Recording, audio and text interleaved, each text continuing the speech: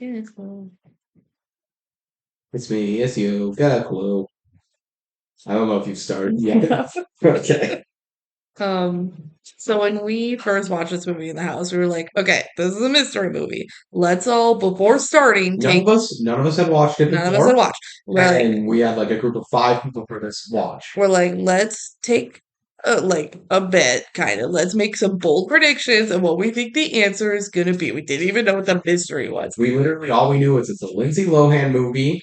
I don't even think we knew Brenda Song was in it at that point, and we knew It's it's a mystery, mystery movie. and that's it.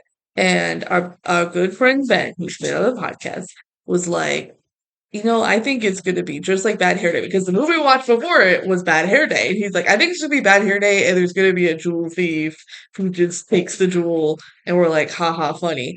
And then by the end of the movie, none of us were accurate at all, except Ben, because You're underselling what he said. crazily enough, well, this movie ends almost exactly like Bad Hair Day, where it was like they have a jewel, but they don't know how valuable it is, and then there's a guy trying to get the jewel. Yeah, and it ends up in a piece of prop jewelry that Yeah. probably Yes. And that's exactly what was happens in this actually like movie. a crazy valuable diamond. It's wild that they use that plot basically twice in Yeah. DCOMs. So he won because we're like, yeah, you definitely were the closest by just saying the Bad Hair Day And plot. we all paid him $1. I think we did. Yeah. That Good was dumb. times. Why did we bet? I mean, it was a good bet. He won that fair and square. That was an incredible bet. And he didn't tell us at the beginning that he just did the Bad Hair Day plot. We're all like, how do you do it? How did you know? He just said, I literally just said the plot of Bad Hair Day. I didn't think it was going to be it. And it was. So shout out Ben. Shout out this movie for plagiarizing the movie that came out 10 years later, Bad Hair Day. Yeah. And shout out us for watching them in that order. Yeah, led to a pretty good moment. Yeah. It's me, it's you. Get Get a a clue. clue.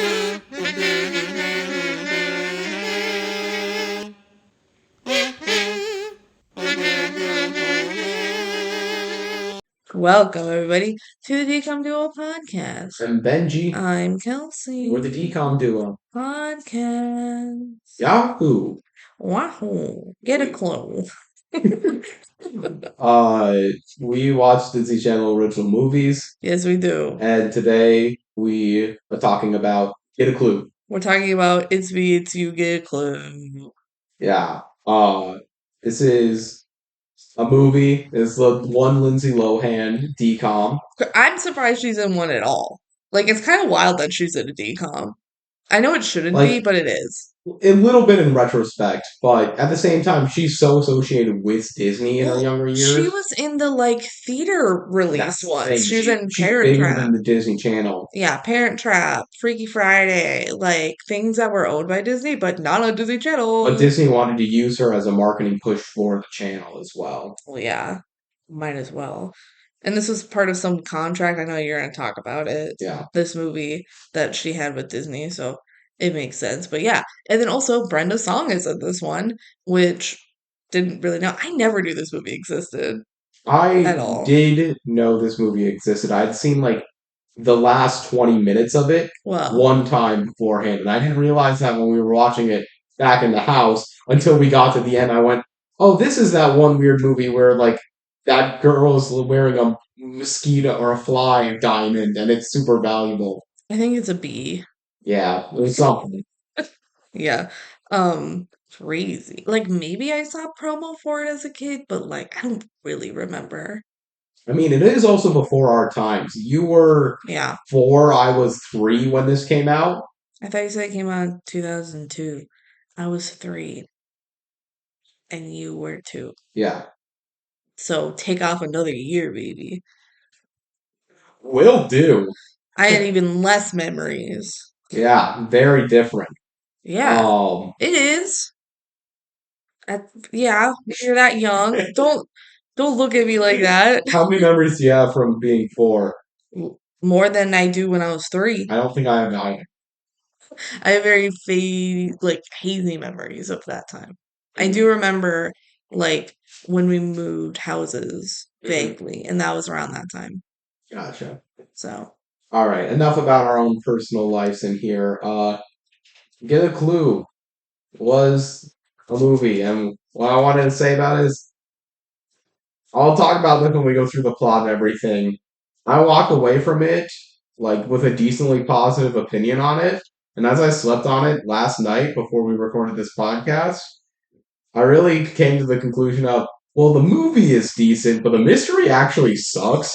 Yeah, I had that same thought last night where I was like, when we got to the end, I was like, okay, I guess that was the mystery. There wasn't a lot of twists and turns. There was like no twists and turns, maybe one.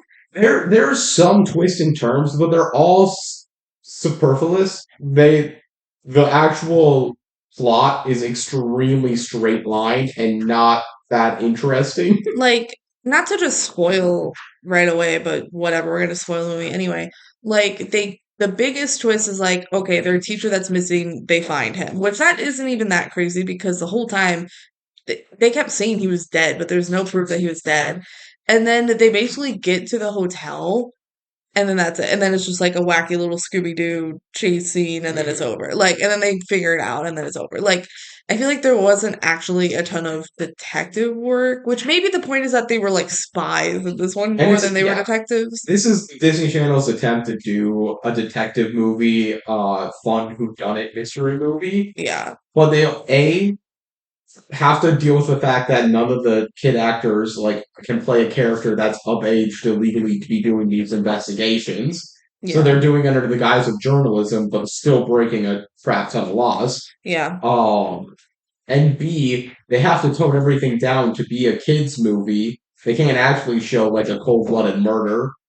right. They can't do that, and they have to make the plot understandable for a kid to get it, even with red herrings and stuff. But really, again, the entire plot just comes down to, oh, this one person who we don't know anything about, he was the bad guy the whole time. Yeah. I mean, he shows up partway through the movie, Yeah. But like but we only yeah. see one scene really of him and he's the guy. You know, DCOM has done cold-blooded murder because they did it in You Lucky Dog. Yeah. Shout out you lucky dog. For cold-blooded murder and gun Rest in viewing. peace. You know? Okay, anyway, we should probably start talking about the factos and shit. Yeah, well before we get into that, fan mail. We do have a tiny bit of fan mail. Our Life is Rough YouTube short got multiple Really? comments. I didn't know Yeah. that. Okay. From Amanda Ramos, we got, I had a dream about this video. Thank you for the Nice. dream. We appreciate it. Thank you. And also on that same Life is Rough TikTok slash YouTube, Mhm. we had from PMB827. OMG, nobody ever talks about this movie. I'm so happy. Lol. So true. We talked about the movie. We We had a talk about whole podcast about Life is Rough. we talk about all these movies, Yeah. so We are making this because we want to talk about it more so than we think people are there to listen to it. So we're happy when people do get yeah. interested in what we're talking about. Hell yeah. So thank Cool. you too for the comments there. If anyone Thank has you. any fame they want, they can comment on YouTube or they can email us at thedcomduo@gmail.com. At gmail.com. Cool. Cool. Okay, so Benji took one for the team this episode and he did the factos and the movie notes. So I'm Twist. Oh my god, twists and turns in this mystery movie. I did yeah, he both. did both. So I'm just here. Yeah, I'm just here you're for providing fun. color commentary. You get Yeah. an unbiased look at how the game was played. I'm just here for fun. Yeah, you just got to give me like hype man reaction to every fact, though. Yeah. All right, this film came out June 28th, 2002. Whoop whoop. It was the 38th DCOM. Yeah, yeah. Its director is Maggie Greenwald. That sounds like a witch name. She is kind of a very interesting director for most DCOM directors. Very different, like credit history compared to other ones. Where she's Okay. basically kind of like an indie movie darling festival winner. She's won festivals, the Torino and Sundance, which is are big film festivals for The Kill Off and Songcatcher. Mm, She writes most of the films that she's done. She did not write this one, okay. but she writes for most of them. The most recent credits I found from her were she did some episodes of Nashville and Madam Secretary Okay. in 2017, and then she made the Hallmark Christmas movie Christmas on Honeysuckle Lane in Christmas on 2018. Honeysuckle Lane. Let me Yeah. guess. Let me guess. It was a woman in a green sweater and a man in a red sweater Let me look it up. in front of like a Christmas tree or a street, I guess. The man's in the green sweater, Shit. the girl's in the red I sweater, and can't they're wait. holding a nutcracker. Damn. Seems like you don't know Christmas. Moving on to the cast of the film. Of course, playing Lexi Gold, Alexandra, Mm-hmm. is Lindsay Lohan. Of course. Like, I could go in depth about Lindsay Lohan, but if Mm-hmm. you're clicking onto this video and don't know who Lindsay Lohan is, please genuinely reach out to us. I'm curious what made you click on this video. Genuinely. Yeah. Oh, she obviously did Parent Trap, Freaky Friday, Mean Girls, Confessions of a Teenage Drama Queen. Huge A-list child Yeah. star. Yeah. Big, big time. Mm-hmm. This movie, get a clue, was the final of a 3-movie deal she signed early in her career with Disney. The other films in that were The Parent Trap and also Life Size. Life size with her bangs, where she's like a Barbie doll that comes alive. Which is a non-DCOM, similar DCOM, because it's a TV movie made by Disney. It definitely played on Disney Channel a lot, Yeah. but was not a But it's DCOM. not DCOM. It's Yeah. inarguably an ABC movie. Right. Obviously, she had a lot of legal and mental problems during the late 2000s, early 2010s Mhm. period, but really has had a big comeback lately. It's been Yeah. really nice to see. She It's seems great. in Yeah. a much, much healthier spot, Yes. and she's had a lot of comeback films lately. She had Irish Wish And some other Netflix. Freakier Friday. Yeah, I like that you wrote Freaker Friday. Freaker Friday. Freaker Friday. I actually really enjoyed Freaker Friday when we saw it. So I fully expected that film to be bad. trash. Yeah. And I'm like, I will probably still see it anyways. We have AMC A-list. We'll go see it. And it was surprisingly good It for was- like for what it was. Like obviously it's not groundbreaking cinema. It's not winning Oscars. Yeah. But like for what out of the range of possibilities a Freakier Friday could have been, it's like 98th percentile good. Yeah, like It- shockingly, basically exactly what I wanted out of a Freaky Friday sequel, however many years later, you know? Yeah. It was surprisingly good. So really cool to see Lindsay Lohan back in the game and doing well. Yeah. It's always shocking when a legacy sequel actually hits the notes you wanted to hit. Yeah. She also, of course, did some music. She had one song chart on the Billboard Hot 100, being "Confessions of a Broken Heart." Mhm. Yeah, Mhm. but obviously more known as an actress, Yeah. and still now very active career once again. So see what happens there. Next up, we have playing the role of Jack Downey, Bug Hall. Bug. Bug Hall. His name is Bug. His name is Bug. He was one of the main kids in Little Rascals. I've heard of that. Little Rascals is very famous. Yeah. I mean, it's been something I think from like the 50s. It was the 2000s remake of this, to be clear. Mhm. But that's definitely what he's best known for. Is like I think he's the number 2 kid in that. I might not Mhm. remember the exact ordering of that. But he also is in other childhood movies. Some people care about The Big Green and The Stupids.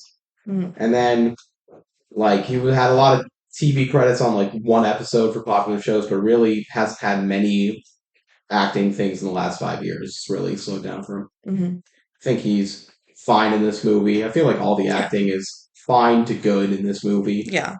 Agree. The acting's not at all where I was like, I don't know this. Again, I think this is a good movie, good DCOM, Yeah.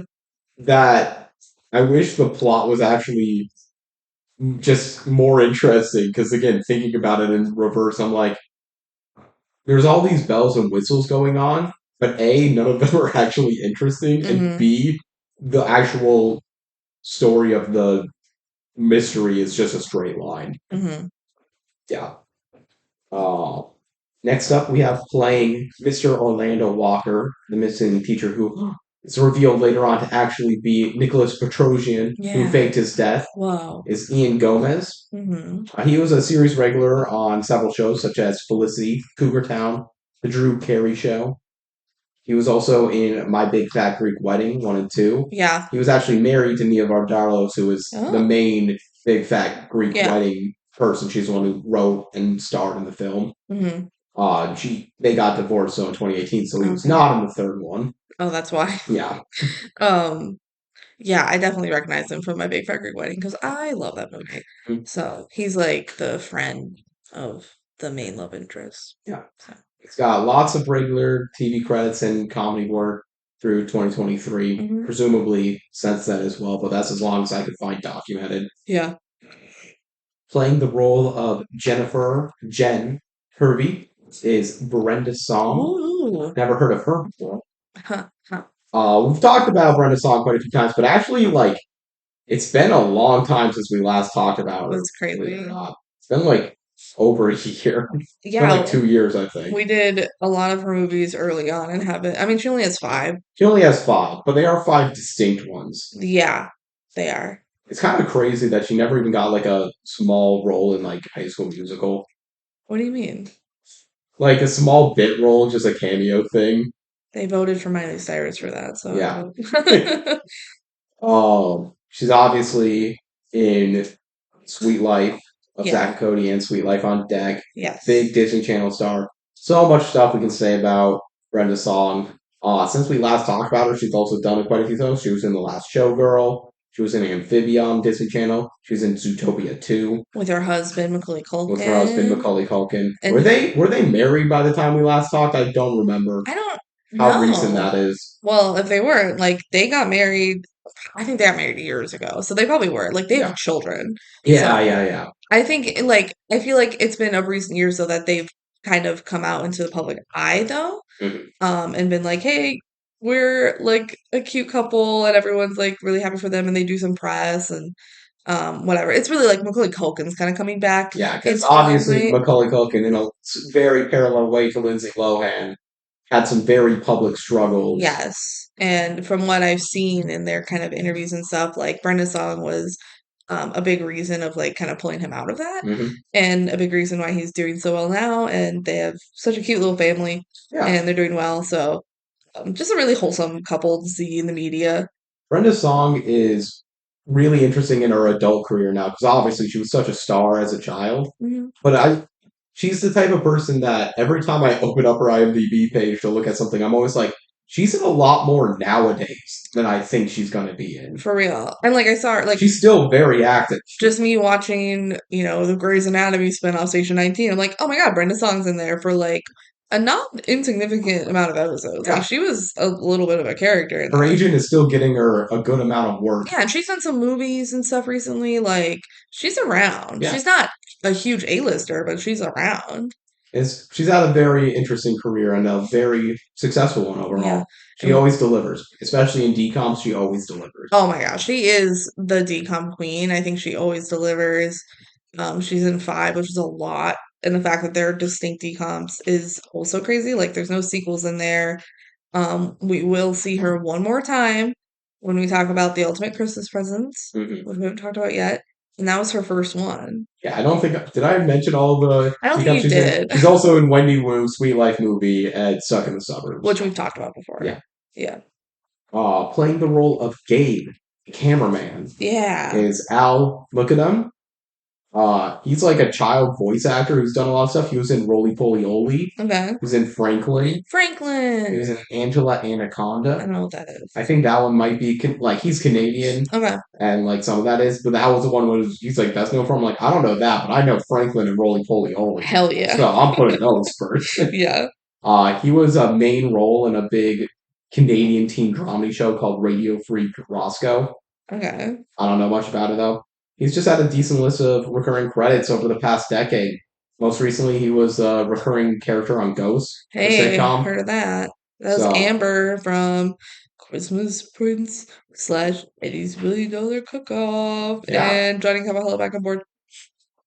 so good for you, Gabe. You're still out there killing Yeah. it. Playing the role of Lexi's father, Frank Gold, Mhm. is Dan Lett. He's had just like a bunch of credits without anything truly major since 1984. Okay. Just very active. I picked out some random credits that I thought would be funny to say, and then we won't talk about it. He's in The Shape of Water, Mhm. Hot Frosty, and Little Bear. Little You know what Hot Bear. Frosty is? No. That's the one where Frosty the Snowman comes to life, but he's a hunk hunky But he's dude. hot? Yeah. Was he the snowman? Probably not. No, he's like just a human guy. Oh, okay. Remember that commercial that was like, Mhm. Little bear helps me brush my teeth or something. I don't remember what the commercial was about. No, exactly. I do remember. It was the Little Nice. Bear toothpaste, I It think. was the toothpaste? So it was about teeth. I think so. Okay. My brother was big into Little Bear. Nice. It's like Little Bear and Franklin was like something I was aware of, but I don't think I actually watched that much. Just a little. Yeah. Playing the role of Miss Gertrude Dawson Mm. Miss is Dawson. Amanda Plummer. Uh-huh. Uh, Shockingly big acting credits, especially for Yeah. like someone this far down the list at the Yeah, time. like she is like a real actress that gets pretty big credits, and she's in a DCOM. Like this is a weirdly cast decom. I wonder if at one point early in production this wasn't supposed to be a decom That would not surprise me at because all. the director doesn't make a lot of sense. This is a Lindsay Lohan movie. Yeah, This like they did a big reshoot. We'll get into that later on. maybe they just It seems slashed the like a bigger budget. budget. We have budget information, which is very Oh, rare for a Disney Channel original movie. that's crazy. So all of these pieces, to me, I would not be surprised at all if at least some point early in development planning they were thinking of this as a theatrical release, and then Or they like, decided to cut it down. or what did they do with Life Size? Is They that put not it on something? ABC, I wouldn't be surprised if this was supposed to be like that too. Like, and then they're like, "Well, actually, let's use this to promote Disney Channel." yeah, that makes sense. Yeah, wouldn't be surprised at all. Um, Amanda Plummer is a three-time Primetime Emmy Award winner, which Shit. is impressive for three different roles, to be clear. Like Guest Actress or Supporting Actress for Law & Order SVU, The Outer Limits, and Miss Rose White. She's also a Tony Award winner for Agnes of God. So just casually halfway to an EGOT. Wow. She's had notable film roles in things like Pulp Fiction and The Hunger Games Catching Fire. She's Wireless in Yeah. Catching Fire. She's still active. She was just in the movie last year, The Mastermind, with Josh O'Connor, Okay. and she had a recurring role in Star Trek Picard. Like, Cool. still doing a lot of stuff. Yeah. She's just like obviously she's not an A-list name, but she's like gotten very consistent, accredited, like decently big roles. Mm-hmm. So Yeah. again, interesting to see her take a small decom role. Mm-hmm. Someone that makes a little more sense to take one of these roles is the person playing the detective Charles Meany, aka Falco Granville, or actually Granville Falco. Oh. Now that I'm thinking about it back again, they definitely say his name in the order of Granville Falco. Okay. So Wikipedia was wrong on that, but I mean, regardless of which way you say it, awesome name. Yeah. 10 out of 10 name. Hell yeah. It's Charles Shaughnessy. He was, of course, the vampire in Mom's Got a Date with a Vampire. I don't remember if we knew that when we talked about that was our first episode of the podcast, so Yeah. I don't remember if We've changed the podcast a bit since then. Yeah. It's crazy though. I didn't do the factos. Ben did the factos here, so I was just kind of coming in the movie basically as blind as I could be, other than the fact that I watched it however many years ago. And we saw he came on screen for like a split second, kind of in the back, and I was like, that looks like the guy from Bob's Gonna Do the Vampire. And you go, that is him. I'm like, whoa! I picked that up from like seeing him for 1 second on screen, and then he comes on screen more, and it's more obvious. But I was like, damn! I really basically saw a silhouette and picked up that that's the vampire from Bob's Gonna Do the Vampire. And you know what? It's probably because I've seen him in so many episodes of Days of Our Lives as well. Yeah, he's been in over 1,000 episodes of Days of Our Lives. He's been a main role and still is active on the show. That's crazy. So he came back. Honestly, when I was watching, which was from like 2010 to like 2020, like that kind of 10-year span, he wasn't like that big. He wasn't really on that much. I definitely saw him sometimes, but that was kind of an empty slot for his character. So I see you put 2025, so he must have just like come back. Or at least like still having bit roles on the show. Yeah, like, and that happens a lot where characters / actors will leave for a long time and then come back. Like, Yeah, I mean, if you're a soap actor, you can just drop on the set. They'll write you into the episode. oh yeah, and then she's like, "Oh, I'm moving," and then you're gone for like a year, and then you can come back anytime because it's a soap opera, and who cares? Other TV credits he's had were The Nanny, General Hospital, The Magicians, and Mad Men. But I'll move on to the last person I have in the cast to talk about, was this Mrs. Stern. She was portrayed by Kim Roberts. She's had other DCOM roles in Cheetah Girls, Mom's Got a Date with a Vampire, Jump In, and Zombies. All of Mm, those are pretty small roles. okay. Like, we haven't really talked about her too much, but Hmm. it is Interesting. interesting. She's in 5 distinct DCOMs as well. I'm trying to think who she is in all these other movies, and I can't really place it. I mean, I can pull up her IMDb We if you probably don't want even know who they are. Like, by name. yeah, I'm guessing she's just like an adult somewhere in these movies and not anyone crazy big. hmm Well, yeah, the thing she's probably best known for is that she's the mayor in Paw Patrol. Hell yeah. That's awesome. So anytime the mayor does anything in Paw Patrol, it's her. That's her. I'm Yeah, also okay. I'm looking at what else you wrote. Handmaid's Tale, Schitt's Creek, the Doodle Bops. Dude, I loved the Doodle Bops. that Was is a she crazy career. was she like their manager? Look, I didn't watch any of the Doodle Bops. There's really not many characters in Doodle Bops. It's like the main three and then like their manager, kind of. And the episodes are like basically the same. I loved Doodle Bops. That was my That was freaking your jam. jam. That was my jam. And I would jam to the songs. I like knew the choreography and knew the songs, so you would do the same thing in the episode. Yeah. All right. For the fun facts, the biggest thing to talk about is this film has multiple endings, That's fucking crazy. and I wish we could say we reviewed and we're going to talk about both of them, but as far as I'm aware, there's no online footage that we could find, and we looked We didn't look for. super. I looked harder when you were gone. Okay, so you looked hard. I didn't look that hard, but it's we couldn't I find wouldn't be it. surprised if it's out there somewhere and I missed it, but by Yeah. looking, can't find it. It's probably only on physical media that does still exist, and I didn't want to spend $15 to delay this episode to go watch the alternate ending on the DVD.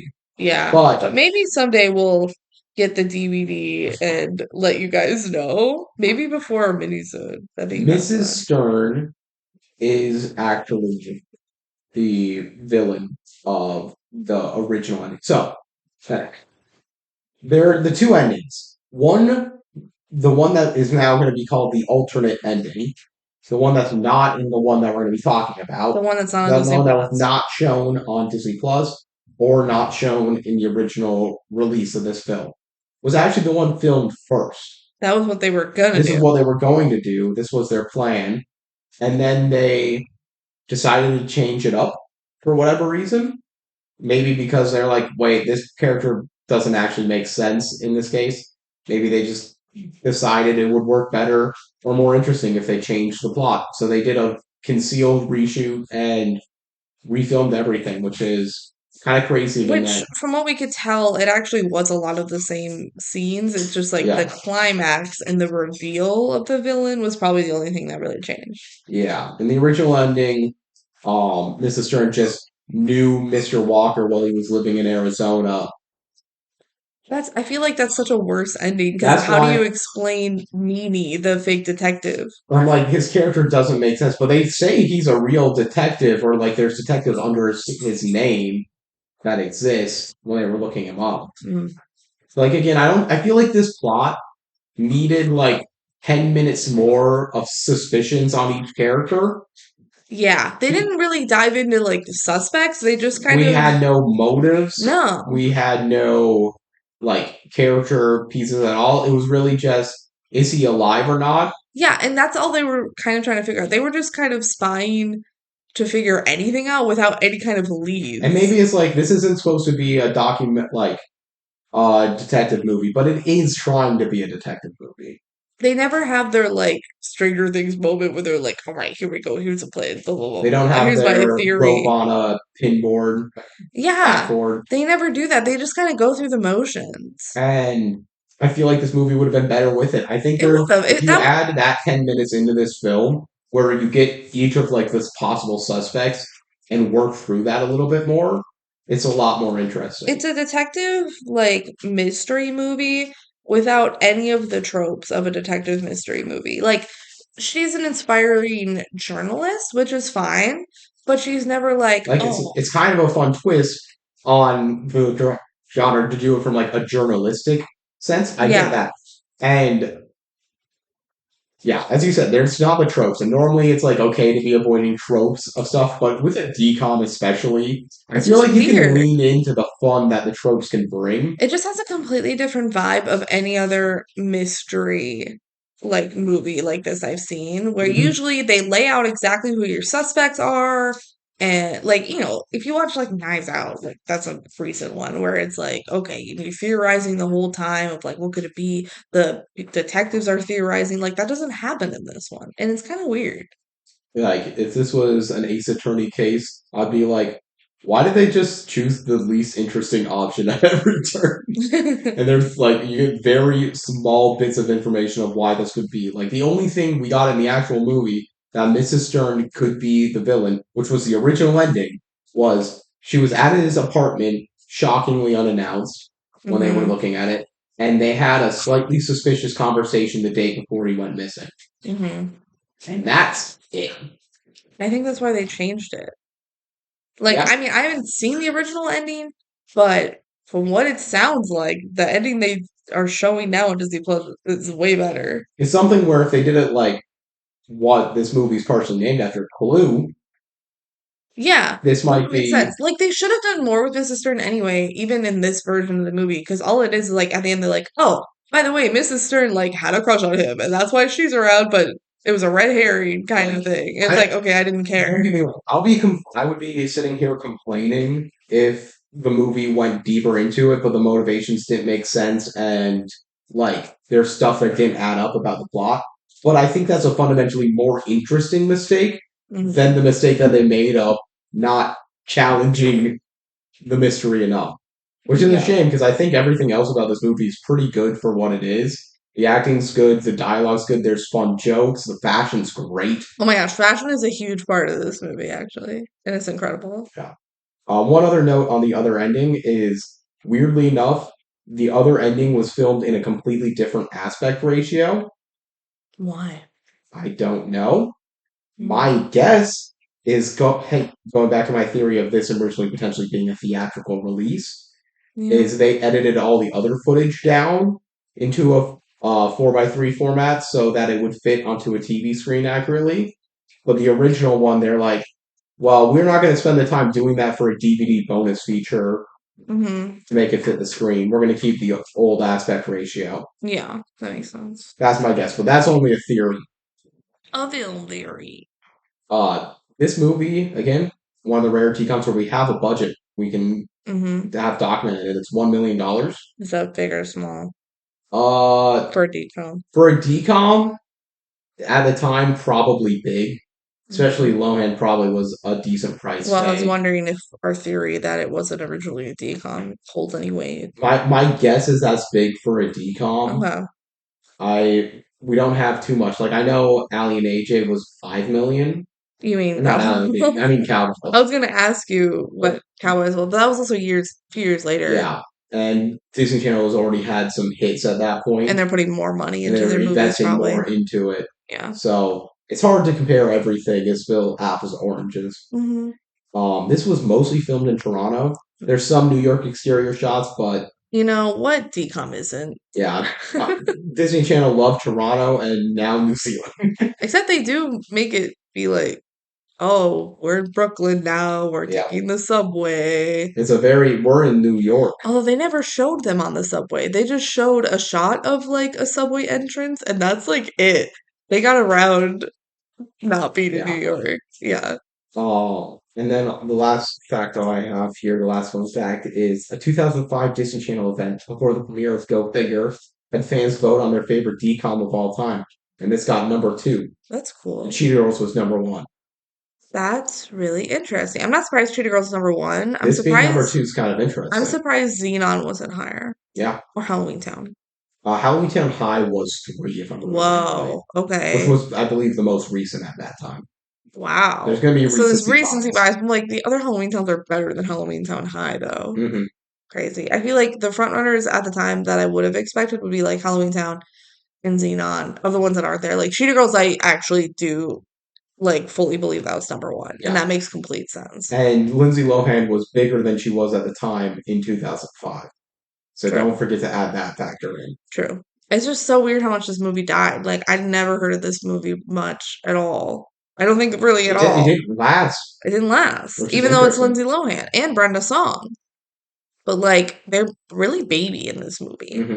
Like they look like they're like 12, 13. They're children. They're children. They're like tweens in this. Because it's not the most baby we've seen them. Like she's obviously younger in Parent Trap. Well, you want to know how old she's supposed to be? Yeah. Well, in the Disney Plus description, 13-year-old fashionista Lexi Gold, Called it. Lindsay Lohan, prides herself on getting the inside scoop for her school's gossip column.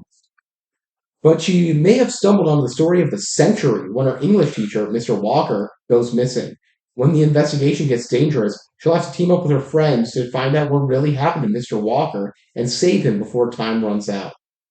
I added in a little pause there on purpose to talk about she never talks about having it be a gossip column. She specifically corrects people. Everyone else thinks it's a gossip And it is a column. gossip column. She's a gossip journalist. She's gonna be working for TMZ if she keeps up like this. Well, she's acting like it. She's But better she's than acting that. like they're all like, oh, it's a human interest piece. Yeah. I mean, she runs an advice column. She doesn't run a Advice gossip. column, yeah, that's a different thing. Yeah. I'm more talking about the articles she actually gets published. Yeah. No, true. Otherwise, I think this is totally fine. It's kind of a short description. Yeah. That's fine. It hits the points. All right, you ready to jump into the movie? I'm ready to Wendy Wu Homecoming Warrior this movie. Gotcha. I've used that one before, but okay. Yeah, we've used like all of them before.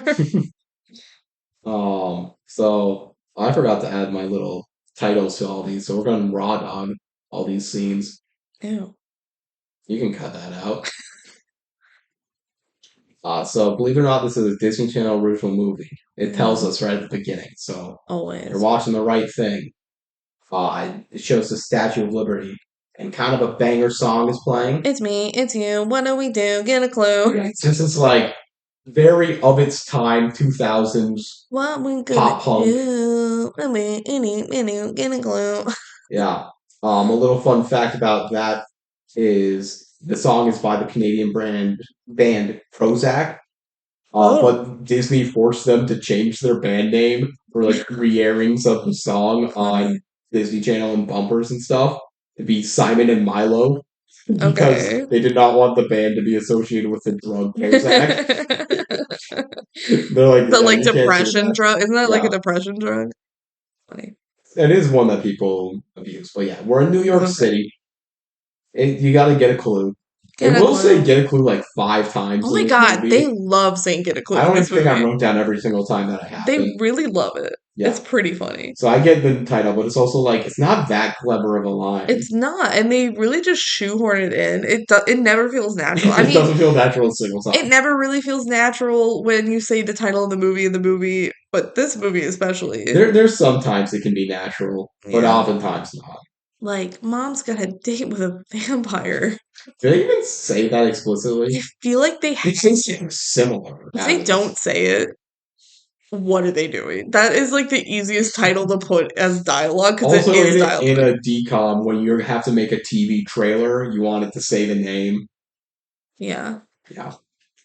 I'm pretty sure they say it. So yeah, we pan to an apartment in the city, and we get a tour basically of Lindsay Lohan's character Lexi's apartment. She's in a sleeping mask in a fluffy bed. She has a big high heel shoe.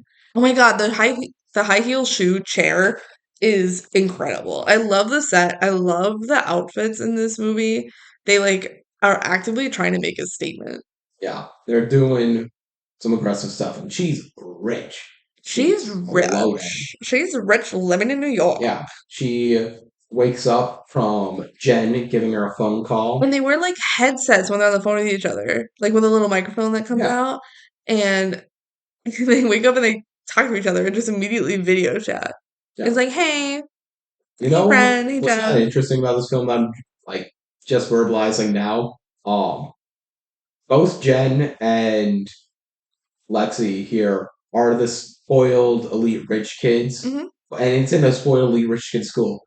What no one's ever actually mean or aggressive about is actually way more how you would expect people to react. or sometimes she'll be called out as being selfish Hmm. or like a little self-absorbed or non-thinking about other people. She's kind of like Cher from Clueless. Get it Clueless. Get a clueless. Where it's like she's never mean to people. She's just like rich and self-absorbed. And maybe a little snooty, but not Yeah. mean. Yeah. Which is again way more real to form from my I experience. find those kinds of plots and characters way more interesting and fun to Yeah. watch. I mean, we love a good decom mean girl. I don't love a good decom mean girl protagonist. I love a Right. good decom mean girl And there antagonist. is no mean girl in this movie. There's no room for it because it's a Yeah. mystery. Nah, they can't add that in. Yeah. So they're like maybe they're just like we can't have that drama in here. So yeah, she wakes up. Jen called her. She's in her headset. There's a Dutch Yeah, angle. they like do this like Dutch It's like angle on hand her. cam film for It's some of this. so weird, and that's how they intro the movie. Yeah. And then her and Jen are like, "What are you gonna wear today?" Just immediately, Yeah, they like, get on a video call, which yeah. this is 2001. We know the exact date later So on. it didn't really exist yet, probably, maybe a little. Some video calling probably existed. Yeah, the first webcam existed in the 90s. So it's possible, but it's also kind of definitely futuristic technology for the time. Yeah. And she's like, Um, "What's your outfit du jour?" And oh my gosh, that one's tray cute. yeah. Also, their computers all have giant, like, fuzzy ropes around them. They're like Of decorated course. computers. Yeah. Kind of crazy. And they pick out their outfits and they're like, oh my god. And that's just Oh very my god, I interesting. love your outfit. So Lexi goes and have breakfast with the rest of her family. Which is served by their like nanny Their kind of. maid Yeah. nanny, Gilda, I Is believe that was her her name? name. I believe it was Gilda. It was a G, it might have been like Gloria, but I think it was Gilda. Mm-hmm. Her dad is like a writer for the New York Times. Yeah, That's he's how a they're so reporter. rich, because there's so much money in Well, journalism. wait, the mom does something too. The mom does something. She is here, and Yeah, she kisses the dad and is like, I love you, and then she leaves for the rest of the movie. she's like, I gotta leave for my business trip. They're just like, hey, she doesn't have a death in the family. This is a decom protagonist who doesn't have a dead parent. Don't worry, another one does later on, but Right, I think like they purposely are like her life is completely together. She's rich, she has both her parents, and they're still together and in love, and she's a sister, and everything's great. To contrast with what's his name later, and so she can like learn that other people yeah, don't with have it as Jack. good. Yeah, Jack, where it's like, oh, You have he's to live in poor. Brooklyn. He's poor, and his dad is dead, or is his mom? No, it's his dad, right? His dad's His dead. dad's dead. Um, and she just kind of learns, like, I don't know, she was never that stuck up or mean about it, but she does go through like character development in this movie of just like learning about other people's lives, kind of, Hmm. and how other people live. She's doing her ground report as a journalist. And Yeah. again, the journalist aspect of this film, I think, is a strong point of it. Hmm. It's a very pro-journalism film to a fault. Hmm. Yeah. uh, but they're all having breakfast. Lexi's sister Taylor is also And there. she has like sunglasses and gadgets like all She the is time. literally just your stereotypical gadget guy for Yeah. the film. She's only in like four scenes, I feel, the whole film, and it's Yeah. entirely just I got a cool special device that's going to be It's used. just her hobby, and she's rich, so she can buy all of it. Yeah, from the spy shop down at the corner. Apparently, there just is a spy shop, But it's New York. and it's 2001. Yeah, yeah. There wasn't stuff going on. Have you even mentioned 9/11 yet? I was waiting, Okay. but yeah, we'll talk about it now because we can see Lexi had her article published in a newspaper. Her dad's Yes. reading the Daily Examiner. Yeah, and He says Taylor's like, "Why do you read that? That's the competition." And he's like, "Because I want to know what the competition's doing or something." we never see the New York Times published, probably because they didn't have the right to do so. Yeah. And just every newspaper in this film is the Daily Examiner, which was kind of thrown off as like a crash puff piece Yeah. journalism thing. But that's what published Lexi's article, Because which they is have like crash a puff piece. they have like a kids section, and she said she submitted it like weeks ago. It's like, look, they published it, and the dad, what does he say? You've been selected. This is wonderful. Oh, you're selected. It's wonderful. And they read it, and we paused on it. We always give you the scoop of what's happening on screen. We Give you pause the this article, on the scoop. and guess what, guys? They wrote like 2 paragraphs and just copy and pasted that shit like 10 And times. spoiler alert, we get like 4 other close-up newspapers, and it's the same exact thing on all of them. Yeah. And what was the headline? It was like Teachers Union. Teachers Union. Teachers Union, because all this article is her gossiping about her teachers. She got a picture using her sister's gadget that like takes pictures around the corner. Yeah, it's like a spy camera. So the teachers didn't know that they were being photographed. And it's about how like they have a secret relationship, which is not confirmed. It's all speculation by Lexi. And the whole article is just about like they didn't know they were being photographed, but they shared like an intimate moment in the halls, and we're happy for them in their relationship. Now that it's out in the open, we're happy for them. I'm This like, is oh why I'm my god, saying this is such a TMZ it article. It's so is. crazy because TMZ does the same exact thing, and any paparazzi maybe does. Yeah, I don't know of any paparazzi articles I've ever read other than this, where it's just like, oh my god, look at these two people holding hands. They haven't announced that they're public, but we are announcing it, and we're so happy for them. yeah, like bitch, it's full gossip. But she's like, no, it's human. Actually, I think her dad says it first. Of like, Yeah. oh, it's a human interest piece. It's Mm. gossip. You're just outing their relationship without their knowledge or consent. And this newspaper's like, yeah, we'll publish this. And never at any point do the teachers go up to her and say, like, why did you do that? Also, one of the 2 paragraphs they get copied over and over again has a typo. Oh my gosh. It says both teachers thought at the school instead of taught at the school. So, pretty So bad funny. choice there, Daily Examiner. Yeah. Also, yeah, the date on this new paper is May 14th, 2001. Uh, Notably, once again, this is a 2002 film a year later, so they decided to keep the date of what it originally was. But this means we have the whole 9/11 question. It's a New York movie. it's 2001 in New York. Did they decide, like, oh, we gotta re-edit our graphics to say before 9/11 happened because we don't want to have any questions of why isn't everyone grieving Why 9/11? isn't anyone talking about 9/11? Clearly, everyone would have asked these We questions. just sound like that one person in the Turning Red review. It's just like, I mean, this was a 2002 movie. I know it takes place in Canada, but why wasn't everyone talking about 9/11? It should have been in every scene, really, of like, also, by the way, Also, by 9/11. the way, never forget. Never forget. Never forget.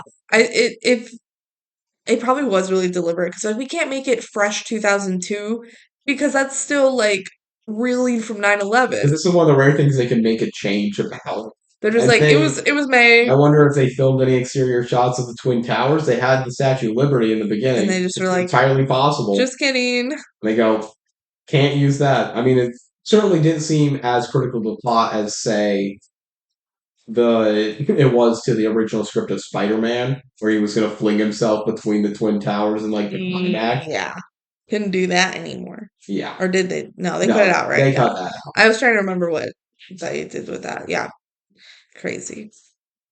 So that's everything there. And after that, we're going to school.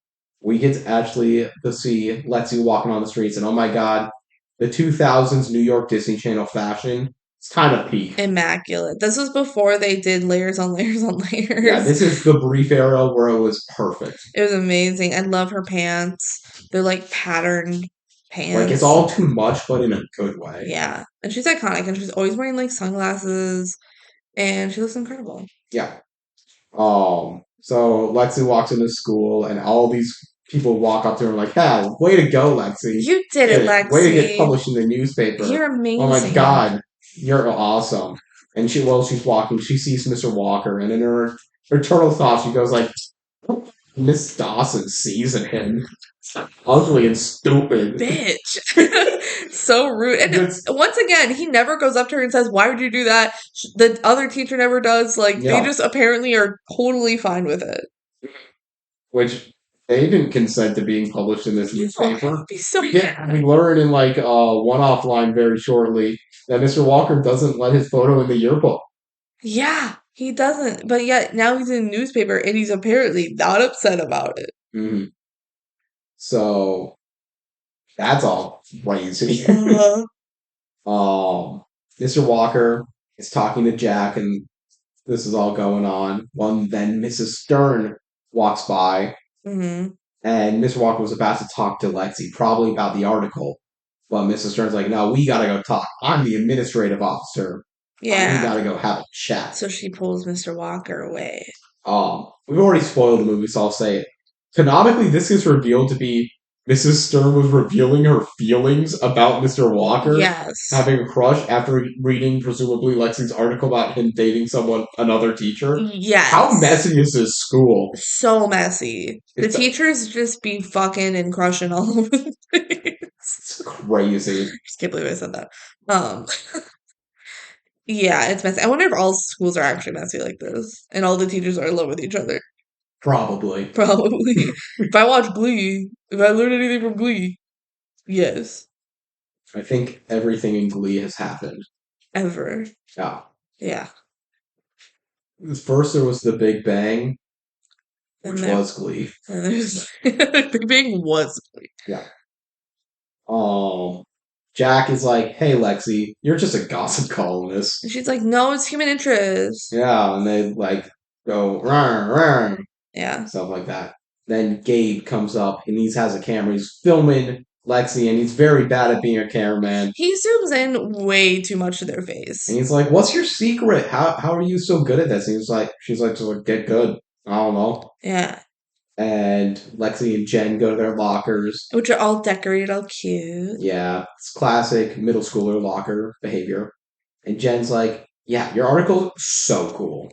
You're amazing, Lexi. Yeah, they're just besties. Yeah.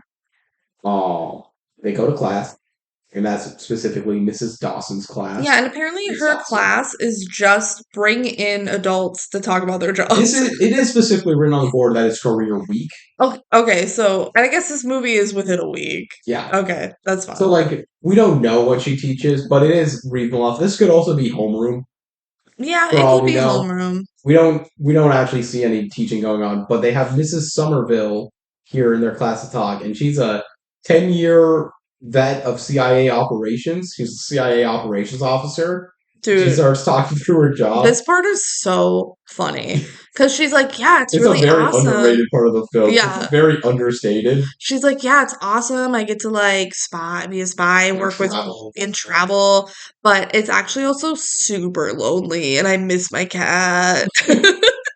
Miss my pillow. Miss my pillow. I miss being in my own home, and I'm lonely. It's like, what? Actually, it's kind of terrible. And it kind of just trails off. Like, and I feel like this is the movie saying like, this is why it's not actually a spy movie. It's a journalist movie. Because if you're a journalist, you're not lonely.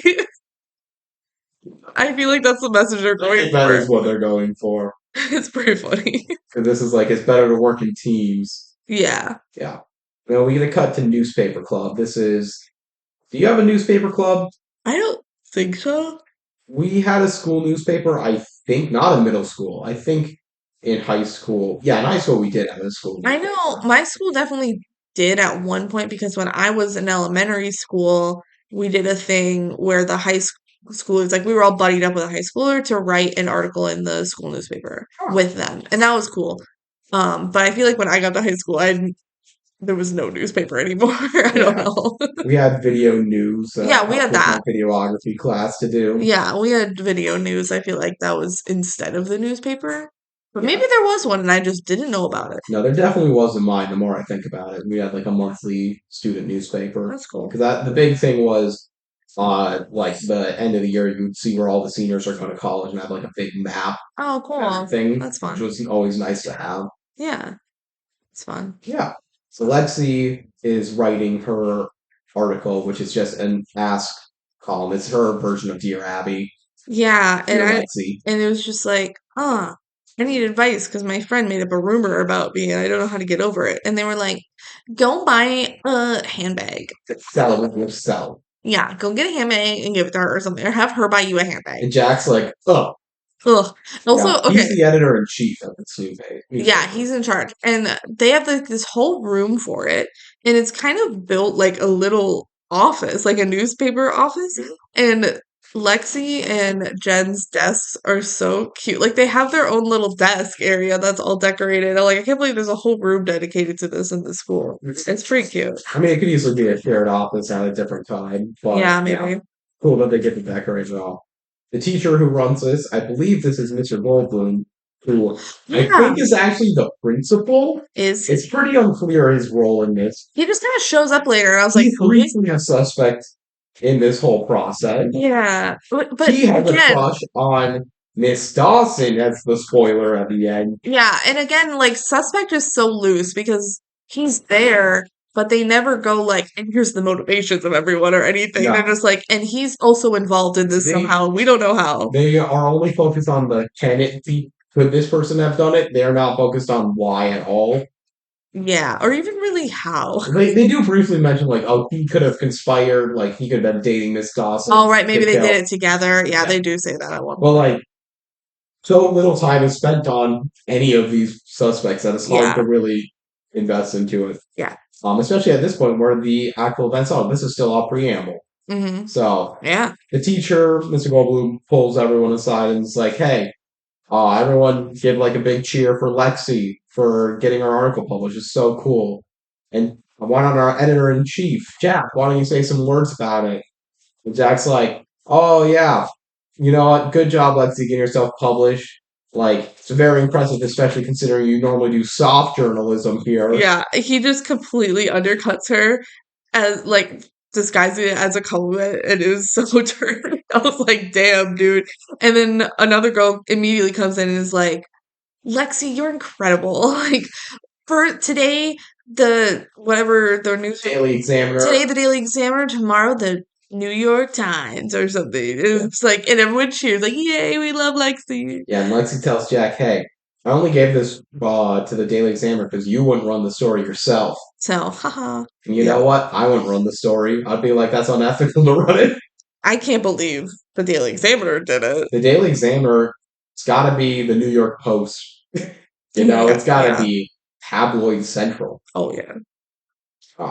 So they leave newspaper club, and as Lexi's leaving, she overhears Mr. Walker and Miss Downey.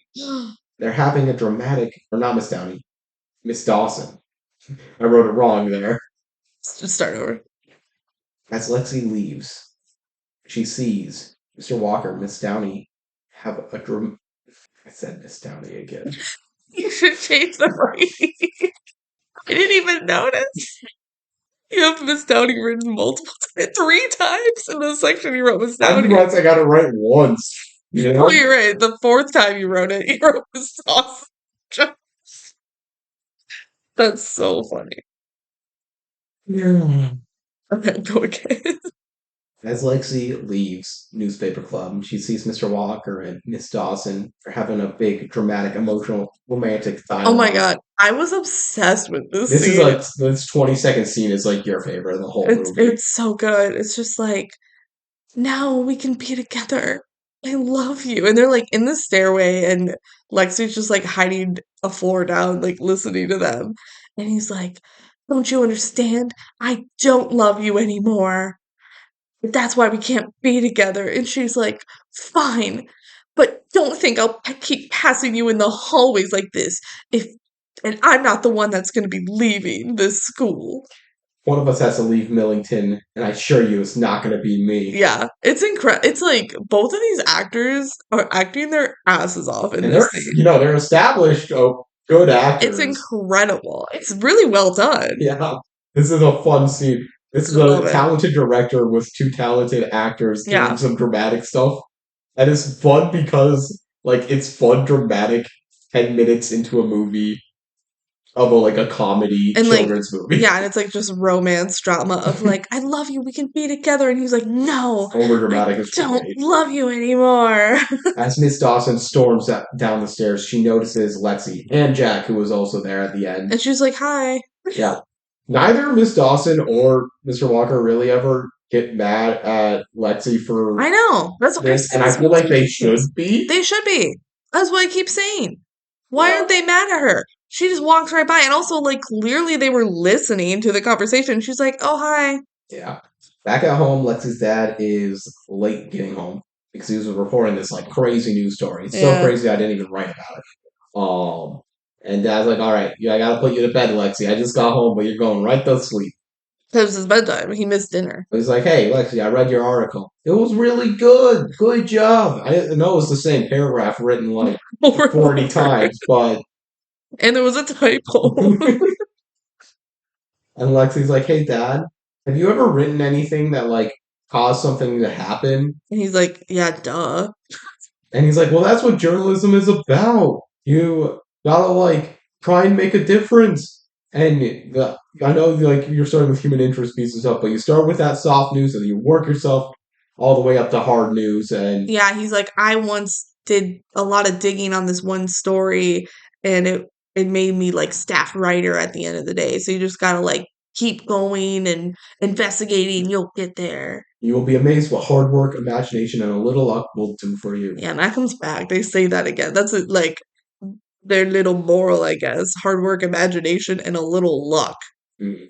Which, sure, Sure. fair. My main note is one of the first rules you learn in any journalism class is report the news, don't make the news. And he's saying like, no, you should impact people in a way of like So, influencing yeah, them. I don't know if that's the right lesson to be teaching kids Probably not. because we don't want our journalism to be so slanted to the point like she's not writing an op-ed, you know? Hmm. Or at least what she's trying to talk here was like an unbiased report. Yeah, even though it was gossipy as hell. Yeah. All right. So that's the night. Hmm. I wrote down there's a fun like steel drum score going on, and they're showing a river. And I'm like do do do do do do. Okay. Pretty much like perfectly like that in the background of this scene. So we see car getting dragged out of the water, and a detective sipping his coffee with a big His mustache. mustache is ginormous. Yeah, It's incredible. this is like a 10-second scene, and this might be my favorite scene in the whole movie right here because this feels nothing like any other DCOM. Yeah. Having a big like stunt for a 10-second scene that Yeah. costs a lot of money to do. To put a car To in put a like a car in the river ocean, or or not an something. ocean, it was probably yeah, it was a river, A river, yeah. and drag it out and have like this classic. One of the only trophy things they're laying into is this Detective Potter, drinking his coffee with Yeah. a big mustache, trying to Yeah. figure out what's going on. Yeah. And Jack sees, he grabs a newspaper and the headlines of what's it, The what, Daily Daily Examiner, Examiner. the headlines of the Daily Examiner are always on point, right? This one, teacher marked absent. That's right. Our Mr. Walker is missing. Yeah. Okay, we paused it again to read the article. And once again, copy pasted, same paragraph, like same two paragraphs over and over and over again. It's just like, oh yeah, there was a car pulled out of the water this morning and No body was no body found, was found. and he's missing. So Dun dun crazy, dun. which is a great follow up to Lexi's article that they published yesterday. Yeah. Like, So I don't know if this would have been front page news if they didn't post about this guy the day before. pulling a car out of It's interesting, the but it's river New is York City. interesting. Yeah, that's fair. Maybe nothing else going on. It's New York City. Okay. We're only Well, it's the Daily we're only Examiner. 3 months before 9/11. Why aren't they reporting on this? Why aren't they preparing for 9/11? We should warn them. What are we What are we doing here, guys? Yeah. So dad wakes up his daughter, Lexi, and he's like, hey, I gotta try to tell you some stuff. This is weird and it's kinda hard to tell you.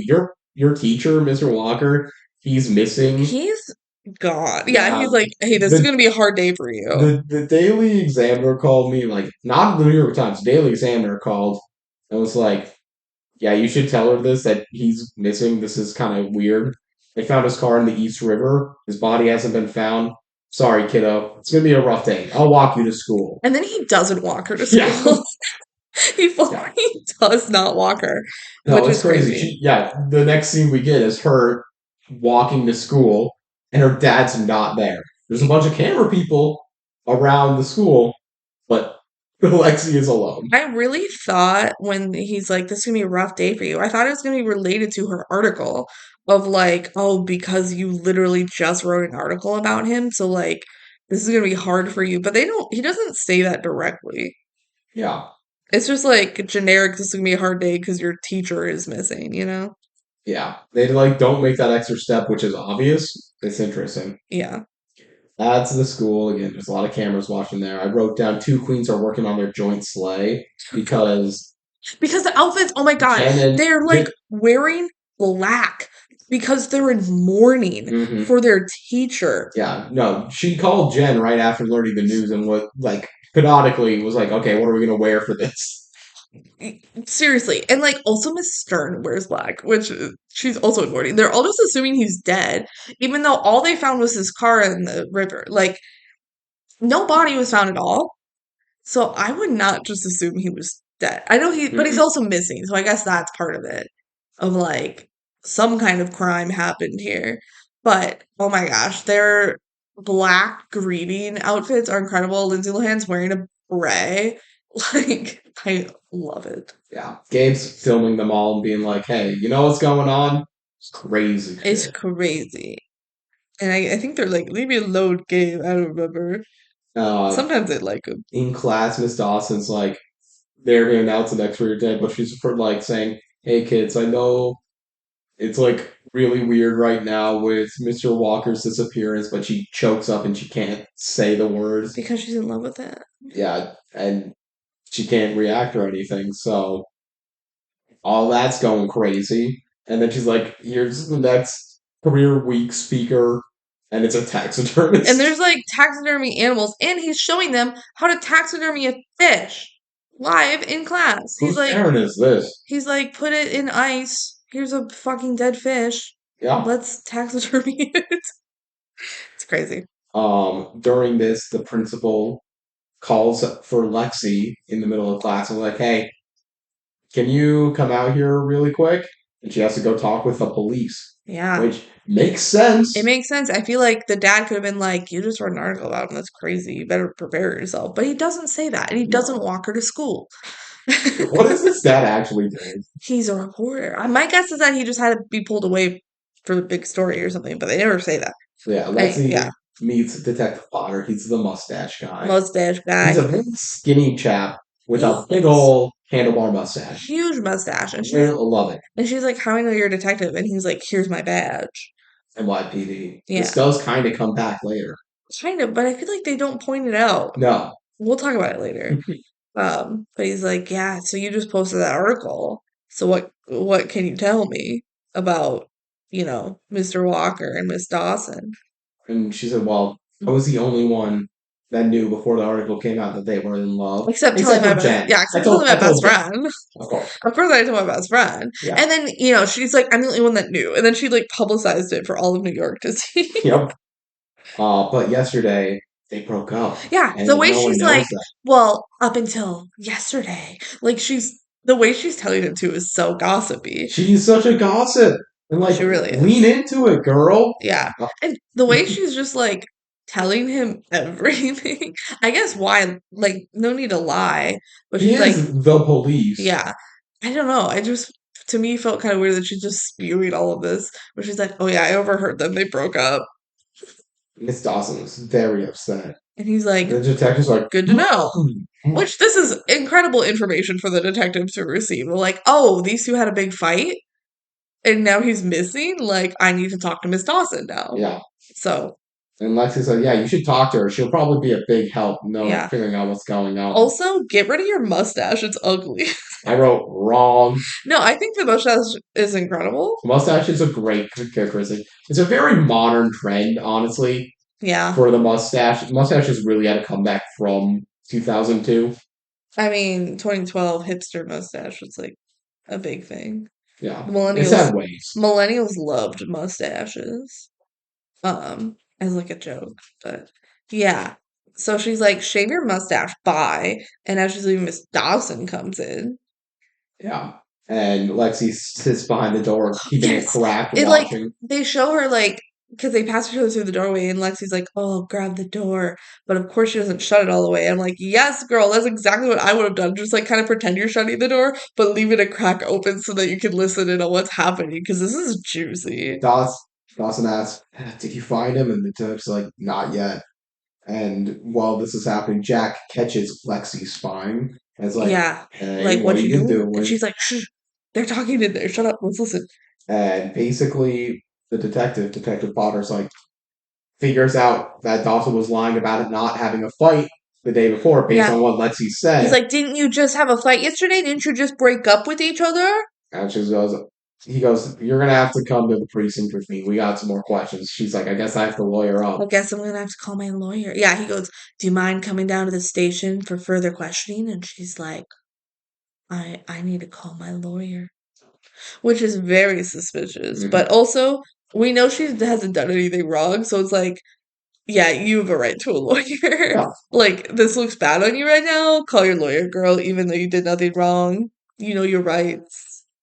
So Lexi and Jack talk about what they just saw, and Lexi's like, "Man, I feel really sad that Dawson's the lead suspect." And Jack's like, "Hey, don't worry about it. This would have happened regardless of if you opened your big mouth or not about About their their fight. yeah, the way she's like, damn, I It's really pretty. feel She's pretty bad. like suspicious regardless." The way Lexi's like, man, I really feel bad that they think it's Miss Dawson, even though she led them directly to Miss Dawson. And It's she her didn't fault. realize the power of her words No, at all. no. Yeah, But yeah. she's like, she's too petite to be a murderer. Which is so dumb. Anybody can commit a murder. Well, not anyone. I can't murder anyone. I I, don't want to. I meant I know what any you mean. I know. body Yeah. type, not Any body type can commit a murder. yeah. Yeah. And also yeah. I think Jack is like, that doesn't matter, but he's murdered, whatever. And Lexi's like, we don't even know that he's murdered, which I feel like they should focus on more, especially because that is the answer, that he's not even murdered. It's Yeah. like there wasn't a body found. And Lex is like, well, I'm gonna look into this. I got a hunch and I gotta investigate it like my Yeah, pops. I gotta do it. And Jack's like, you don't even know Mr. Walker. I know Mr. Walker. We I were was the only tight. one that ever talked with him. We were tight. And she's like, all right, I decided that we should work together on this. Yeah. So he's like, if you really cared about Mr. Walker, you'd come investigate with me to make sure his name's not going in vain. And Yeah, Jack's and like, how can someone so selfish make me feel so guilty? it's a gift. Yeah. It's cute. So they're teamed up. Yeah. Woohoo. And before the whole team up, like before they actually go do anything, is we get fashion and Fashion, shopping. A shopping little quick montage, shopping montage, montage. They're like which in is the not mall. needed in this film. No, but it was We incredible. get Like, glamour shots and doing makeup. Jen's like, I knew you liked Jack, Lexi. and she's like, oh my god, no, I don't like Jack. What are you And talking she's about? like, get a clue. He likes you. Get a clue. He's so your type. He's taller than you, and He's a writer. I know he's right. I don't remember what she says. And then random abruptly the scene ends. Yeah, it's just like quick little shopping montage to show off more fashion, which we love. So at home, Dad and Lexi are talking, and the dad's like, she's like, what, how do you like do an investigation? Or what's your journalistic process?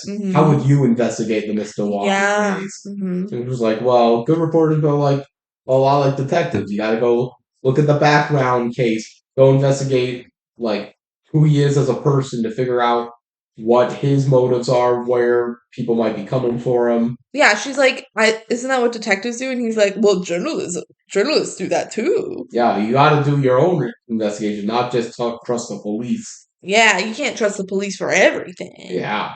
And then the dad slowly realized, like, yo, by the way, you're not allowed to investigate this case. That's incredibly dangerous. And she's like, no worries, Dad. Hakuna Matata. But her fingers were Oh crossed. my god, she could cross her fingers when she said Hakuna Matata. She's such a liar. Man, and when you're trying to get your daughter not to investigate an active murder case, but she crossed her fingers when saying Hakuna Matata. Control your daughter, bruh. So, yeah, they're gonna go on with the investigation. She didn't take that advice at all. She's just Hmm. like, okay, I'll go do the investigating. Well, first she's got to go get her gadgets from a gadget guy, her Yeah. sister. Also, we haven't mentioned this, but every time she talks to Taylor, like Lexi's always just like rolls her eyes, like, "Oh, you're so annoying. Like, You're such a younger sister. I hate you." Ugh. And Taylor's always like, "What are you doing here at my room?" And Lexi's like, I live "I here. live here.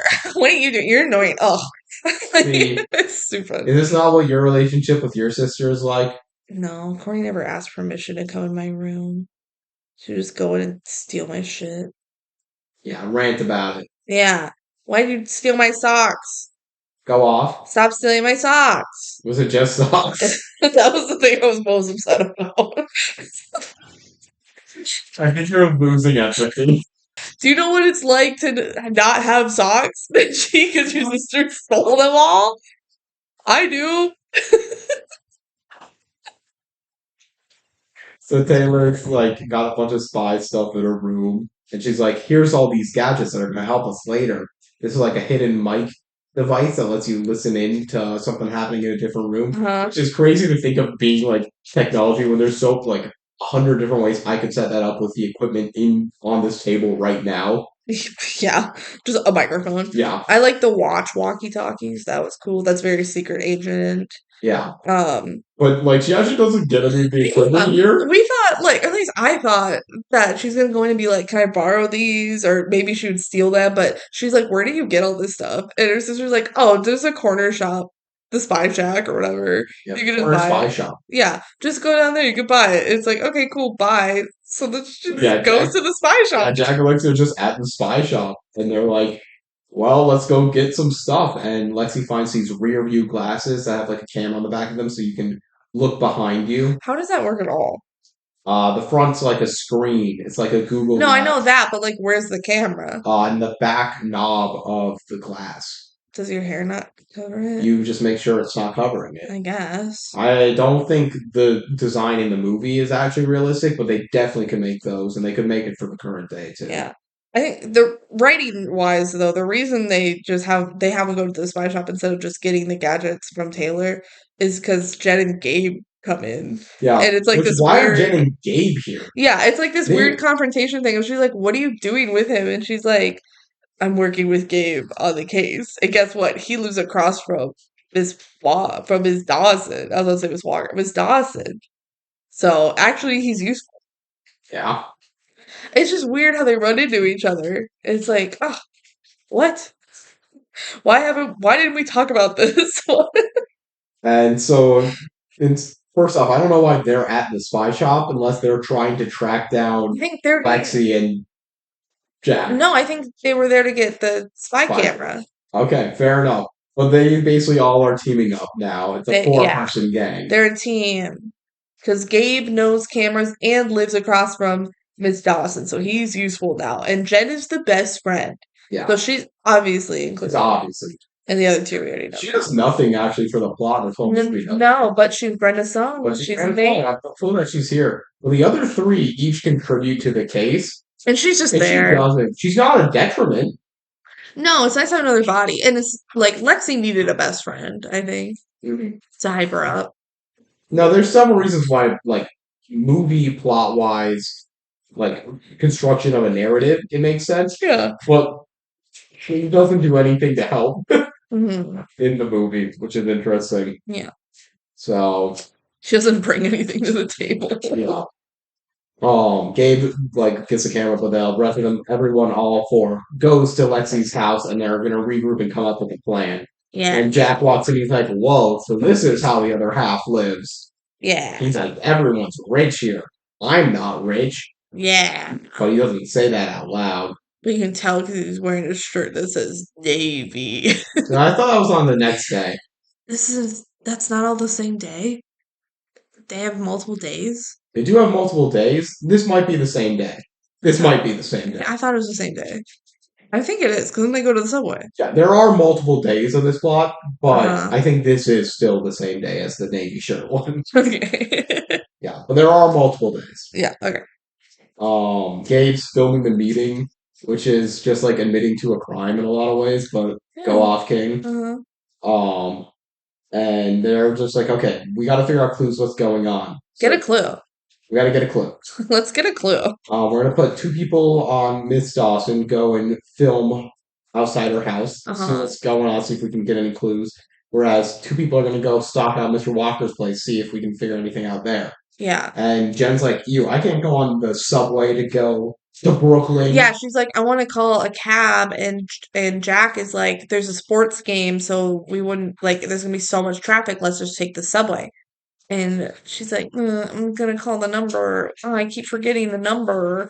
And he's like, When are you afraid of the subway?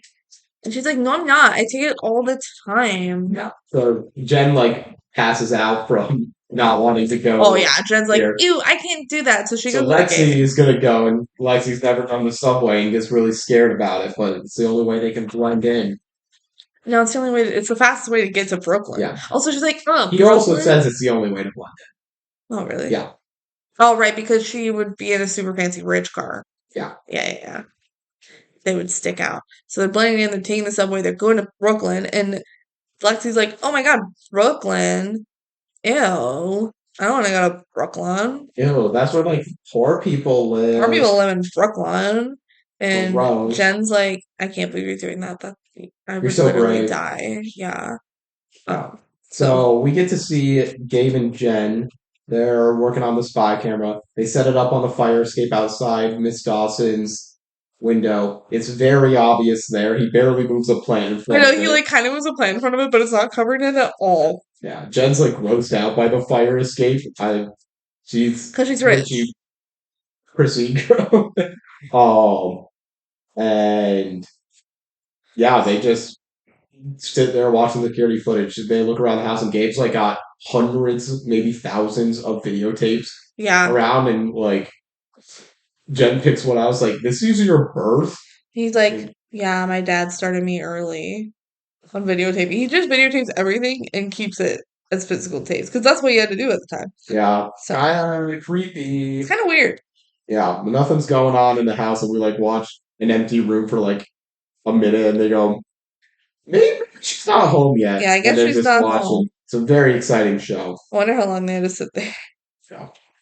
Um, Then we get a flash to the subway, above ground version of it, and we see a scary score going on as they're dealing with the subway. But Lexi made it! Oh my god, you see her coming up from a subway stop. She did Mm. it! Oh my As Kelsey God. mentioned earlier on, you never see the actual interior of a subway at all. No, like it's very clear that they just kind of filmed the subway that you see them on the street and they're like, "Yeah, we did it." Yeah.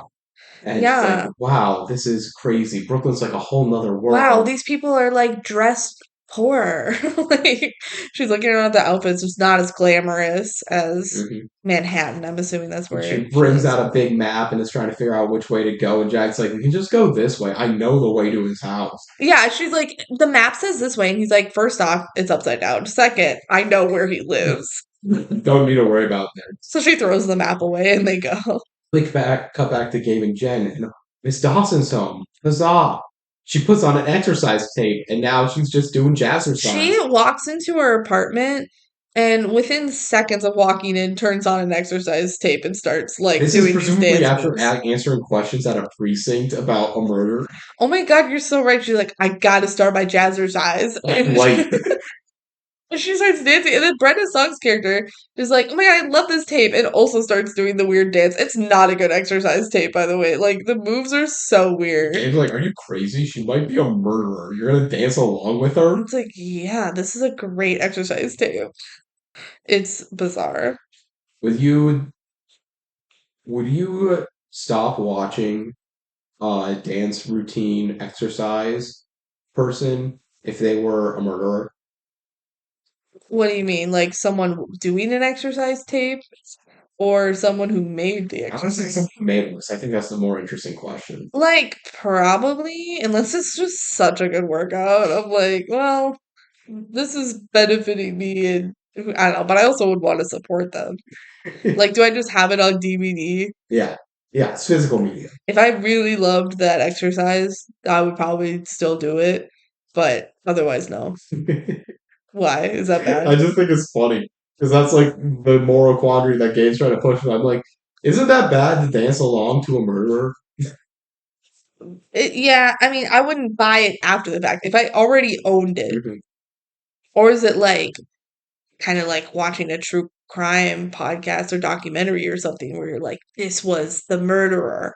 And it's just kind of investigative, like character study shit. And you're It's like also more and interesting. you're also jazzercising. Yeah. A jazzercise. Why have they not combined jazzercise and true crime? Yeah, Seems great. good point. Like, I would love to do a dance routine to like a murder true crime Like Jeffrey podcast. Dahmer Yeah. is doing jazzercise. Well, like you're doing that, but like a narrator's telling you what about the stuff that's going Okay. on while you're doing the moves. You could just put on a podcast while No, it's gotta be synchronized. Like if it's not put together, I'm saying you gotta like theme your movements around the yeah, and like actions. this one Digging up the grave. today we're doing the Ted Bundy and then you like swing your axe and like whatever like, pretend to have a broken arm and then you murder a woman like All right, break your arm. Break your arm. Stab. Stab. run away, the cops are after you. Back with Lexi and Jack in Brooklyn. They come face to face with a homeless man who goes "Ugh," in front of them. Yeah, and she's like, well, first off, she's uncomfortable because And she's never Jack's seen a like, homeless man yeah, before. Jack's like, just keep moving. And she's like, that looks like Mr. Walker's coat. And he's like, no. It's a like this is theoretically a red herring in the plot. I'm just mad that this actually A is his coat because the stuff she says later about fashion makes a lot more sense to Yeah, me. I mean, they wouldn't throw this in if it never came back. That would be dumb. It does come back, but I kind of wish it was just like a lot more people were found wearing the coat and it didn't actually matter. It was just, she's like, no one, only one person would ever have that coat. It's so ugly. Yeah, which is like not even true. It's a basic green coat. Hmm. Like she's like, oh my god, it's so hideous. Only one coat exists. And Jack literally goes like, in all of New York, really? It's New York. But she's like, no, I know that's his coat. They sneak in to spy at his apartment and they see that Miss Stern is walking out of it That's in so her funeral wear. yeah. That was weird. Did they ever look into that? No, they're just, that's why she's a suspect. Yeah, but She's like, wait, they I never didn't even talk tell you, about it Jack, again. that, like, she was sus. She was sus, and they never talk about it again until the end. Well, they don't talk about any of these characters really have motive. They do in their like brief regroup mention that she was there at the apartment, Yeah, and it's that's the last just time she really talked. she's just not actually a piece of the puzzle. She's just an outside like red herring. Yep, she's just another moving piece in a different story, Yeah. really. Hmm. Uh, but Jack and Lexi go to his apartment building, and they notice that it's like open and unlocked. Well, That's weird. Miss Stern was just there, Yeah. so she didn't lock it. Well, how she was there in the apartment, it seems like. So they go Yeah. and snoop around, and Lexi's like, I'm getting pretty good at this sleuthing thing. They notice that the apartment feels like he was kind of just there. Mm. They're like, everything, it doesn't feel like he's been gone for a while. I guess he's only been gone for a day, if You anything. know, he's only been gone for a day. Also, why haven't the police like maybe I guess they Lock wouldn't this down. maybe they wouldn't block it off. I don't know. I They don't know. probably would. I Right? would He's assume they would. missing. They found his It's a missing car. case, not a murder case. If it was a dead body, I would see it not being locked down. No, they probably would lock him down if they were investigating motives and shit. I don't know. It depends how much. So I also feel like if he was dead in there, I wouldn't immediately think murder if they didn't find signs of murder. If it was just a dead body inside, there's a lot of if Yeah. hypotheticals in here. What we know is that nothing's there. Mm. They hear like a cat go like meow and like scratch around the door like in a different one, and Lexi gets scared. She's like, maybe I don't like sleuthing after all. Okay. Yeah. Uh, And Jack's like, no, we got to stay for a little bit. We just got here. We got to keep looking around. And he finds a briefcase and has the initials NP. And they're like, what does that mean? And he's like, I don't know.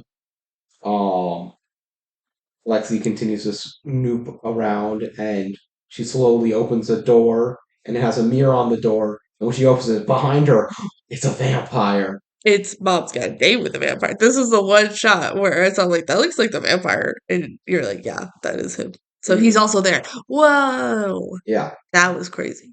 Back with We've Gabe. never seen this man, by the way, Yeah. ever in the movie. Back with Gabe and Jen. Gabe's asleep at the spy job. Yeah, And Jen's like filing her nails. yeah, And she's like, oh, Dawson's just like standing around waiting for something to happen. And then they notice Dawson's letting someone in. Who is it? Who is it? And he zooms in, even though the camera was Oh my wide enough to see God. a wide shot and be It's able to make so faces out. it's so infuriating how he's zooming in and like he has to keep panning to keep their faces in frame. Like, dude, just zoom out and get a wider shot of both of them. Because who's there? Mr. Yeah, Goldblum? she was hugging Mr. Goldblum. Seems really happy to see him. Why? Yeah. He's the principal slash teacher, is not unclear. So I know they explained later that he has feelings for her, but why were they talking in her apartment like this and hugging and stuff? I feel like they cut plot out of this movie to make Because it she's fit. in love with Mr. Walker. I don't know. Yeah. And it really, at this point in the movie, looks like they're in love. But Mhm. then it doesn't make sense because she was just confessing her love to Mr. Walker and being like, I want to be with you. And he was like, I don't love you anymore. So, like, what is going on? And they don't necessarily resolve this. I mean, Mhm. they kind of do. Not really, though. Yeah. Well, for now, we cut back to Lexi and Jack, who are talking with the vampire, who's actually Detective Meanie. What a meanie. What a meanie. What a mean guy. Wonder if he's the villain. Yeah, his name is Meanie. Yeah. And Duh. he's like, hey, do you know you're breaking the law? And they're like, no, we didn't know that. And he's like, What? here's my badge. Yeah, and they flash it. And I thought they would be like, That looks like that's a not a real suspicious badge. badge. I've seen a real badge and that's not real, but they don't do that. And they should have done that. Yeah. That would feel more like something interesting going on. Because why Even if have it, even if they Potter? hand feed it to us, I'd rather have more of a Yeah, they explanation. hand feed a lot of other stuff to us, but like, why have Potter flash his badge earlier if you weren't going to use that for fishing out the fake detective? Yeah. And Meanie's like, hey, the police need all the knowledge we can get to work through everything. Do you know anything And about what's going on? they're like, no. And they are keeping quiet. They're like, snitches get stitches. Yeah, and And then you're the one that gives us the bruises. okay, and uh, Lexi's like, "Hey, do you have the time?" Like, seemingly out of nowhere, but he flashes his watch, which is super a fancy. fancy gold Rolex Mm-hmm. watch. Yeah. And he's like, oh, it's 3 o'clock. Jack's like, oh, that means we gotta leave. We gotta have our like one meal of the day. We only have one meal a day. It's the new nutrition thing. I think Oh. that's what he's saying. It was something along the line of, we've got to go eat right now. Sorry, we got to leave. Bye. Bye. And me's like, that's weird. But they get out, and Jack's like, okay, whew, I'm happy we're out of there. I was kind of scared about, lying to the police about everything going on. And Lex is like, it's not a detective. Yeah, he's definitely not a detective. He's like, "What do you mean? Of course he's a detective." And she says, "No, no, no. Did you see how fancy his watch was and also his suit? A detective couldn't afford that." He can't afford a platinum watch, a Pumani suit, and alligator boots. Yeah, And Jack's like, detectives can be like private detectives with super wealthy clients. and he's in New York. Like, he probably does have some wealthy clients. It's also probably just like a knockoff. She's like, it wasn't a knockoff. I can spot a knockoff from a mile away. That stuff was legit. It was legit. Side note, this must be from a different scam that he got all of this money, because we learned that he didn't get the money from the original scam. That is so true, actually. Because I was so confused at the end when we learned that, like, he embezzled a lot of money and framed it on Mr. Walker. I was like, okay, so clearly he spent all that money on getting his fancy watch and suit, but now he's trying to blackmail Mr. Walker again to get more money, and I was so confused. I didn't realize that he didn't actually get the money he tried to embezzle. So where'd all this money come from to buy his fancy watch? Didn't have Lexi in their life to save them. I guess so. Yeah. So Jax is like, man, I'm just kind of annoyed that you're proving kind of useful, like all of your materialism Yeah, it's knowledge. actually kind of So like, nuts. okay, we gotta go figure out some game plan some more. Let's get back to my house. And Jack's like, well, we can just go to my place. It's like right there. It's like right, yeah. So he lived really close to Mr. Walker. Lexi's like, what? You live in Brooklyn? He's like, yeah, I'm on a scholarship. Yeah, I know I don't have a doorman like all the other rich folks at this rich folks school, but we're not all rich there. I'm on a scholarship. and you know what? I don't mind it. I like living in Brooklyn. Everyone's here. It's cool. I know my neighbors. You don't know anyone that lives on your floor. She's like, I own the whole floor. He's like, "Hi, Miss Neighbor," and she's like, "Hi," and we go to the house. Yeah. And Jack's mom's like cooking something for them, and she's like, "Oh yeah, my mom's an ER nurse, but she works nights, So she cooks for our family and then goes to work. And she's an amazing cook. And Lexi's just looking around like, oh my God, It's a what? real culture shock. It's poor people living here. It's crazy. Even though, like, it's actually really cute. Like, really It's cute really not Brooklyn a bad neighborhood. spot, which I think the implication is Jack's not actually poor. He's just not uber He's rich just not, Manhattan, yeah. yeah, rich. Yeah. He lives in It's a Brooklyn. much more realistic class Yeah. difference. There's a lot more realism in this movie for a Hmm. movie that's plot has centers on a lot of non-realism. Yeah. And they meet the mom, which is pretty inconsequential to the movie. And they're like, we're working on a school project. Okay, we're gonna go upstairs. Bye. Um, and, and he mentions the brother, Yeah, right? as they're walking up the stairs, Lexi's seeing photos on the wall, and she sees a photo of Jack with his brother, and Jack's wearing a shirt that says Navy, the And same shirt he's wearing right now that right now, says it's the Navy. same in the picture, and is like, oh yeah, I used to share this room with my brother, but he's not here right now because he's in the Navy. And we're like, no shit, he's in the What? Navy. That's crazy. Yeah, And he's like, oh, yeah, he's stationed in Hawaii right now. And Lexi's like, oh, I love Hawaii. What's your favorite island? Jack's like, I've never been to Hawaii. yeah.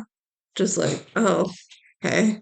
And he mentions that his dad died, and so it's like, oh, I'm so sorry. Yeah, you couldn't get a DCOM without a dead parent Of in here. course, You of just had to course. wait for, Like halfway through the yeah. movie, yeah. And then they're like, let's focus on everything else. Let's get back to investigating Meanie. Oh, except they So also look at his bowling yeah, trophies. they get on the computer, they're booting up the computer, and Lex is looking around. It's like, wow, you have a lot of bowling trophies. It's like, yeah, I like to bowl. It's like you're using shoes other people wore. He's Ew. he's like, if some bowlers have their own shoes, it's okay. Yeah. And Jack's like, I got this computer from Mr. Walker actually. Hmm. That's all what was going on. Wait a second. It's not possible. What? I have an email? I love how they do that. Just, it's not possible. I got an email. Yeah. Slightly before this, forgot to mention, Mhm. they did look up specifically if there was any detectives online named Meanie, and they did find like 5 hits. Okay, so So they're like, yeah, it's possible he's a real person, or he's just yeah, taking one of those identities.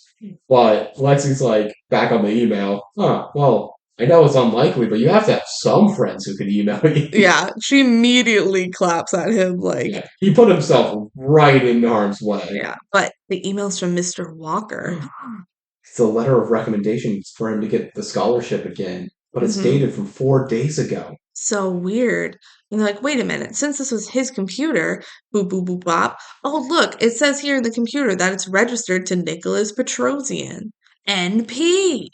Oh my god, that was his fake name. It's the same as the briefcase. Apparently, you can just enter your name into your computer and say that it belongs to you. I mean, that is, Was that a thing? yeah, that's still technically a thing right now. I guess. If you search onto your computer and look up PC name, you'll see a name. It's not going to be your name, but it used to be your name. Okay. If you look at your phone's information, it probably says Kelsey's iPhone. No, it says Llama Mia. Yeah, I So, knew it did say that. But at when you got it, it said Kelsey's iPhone. You renamed it. yeah, I did. Yeah, called out.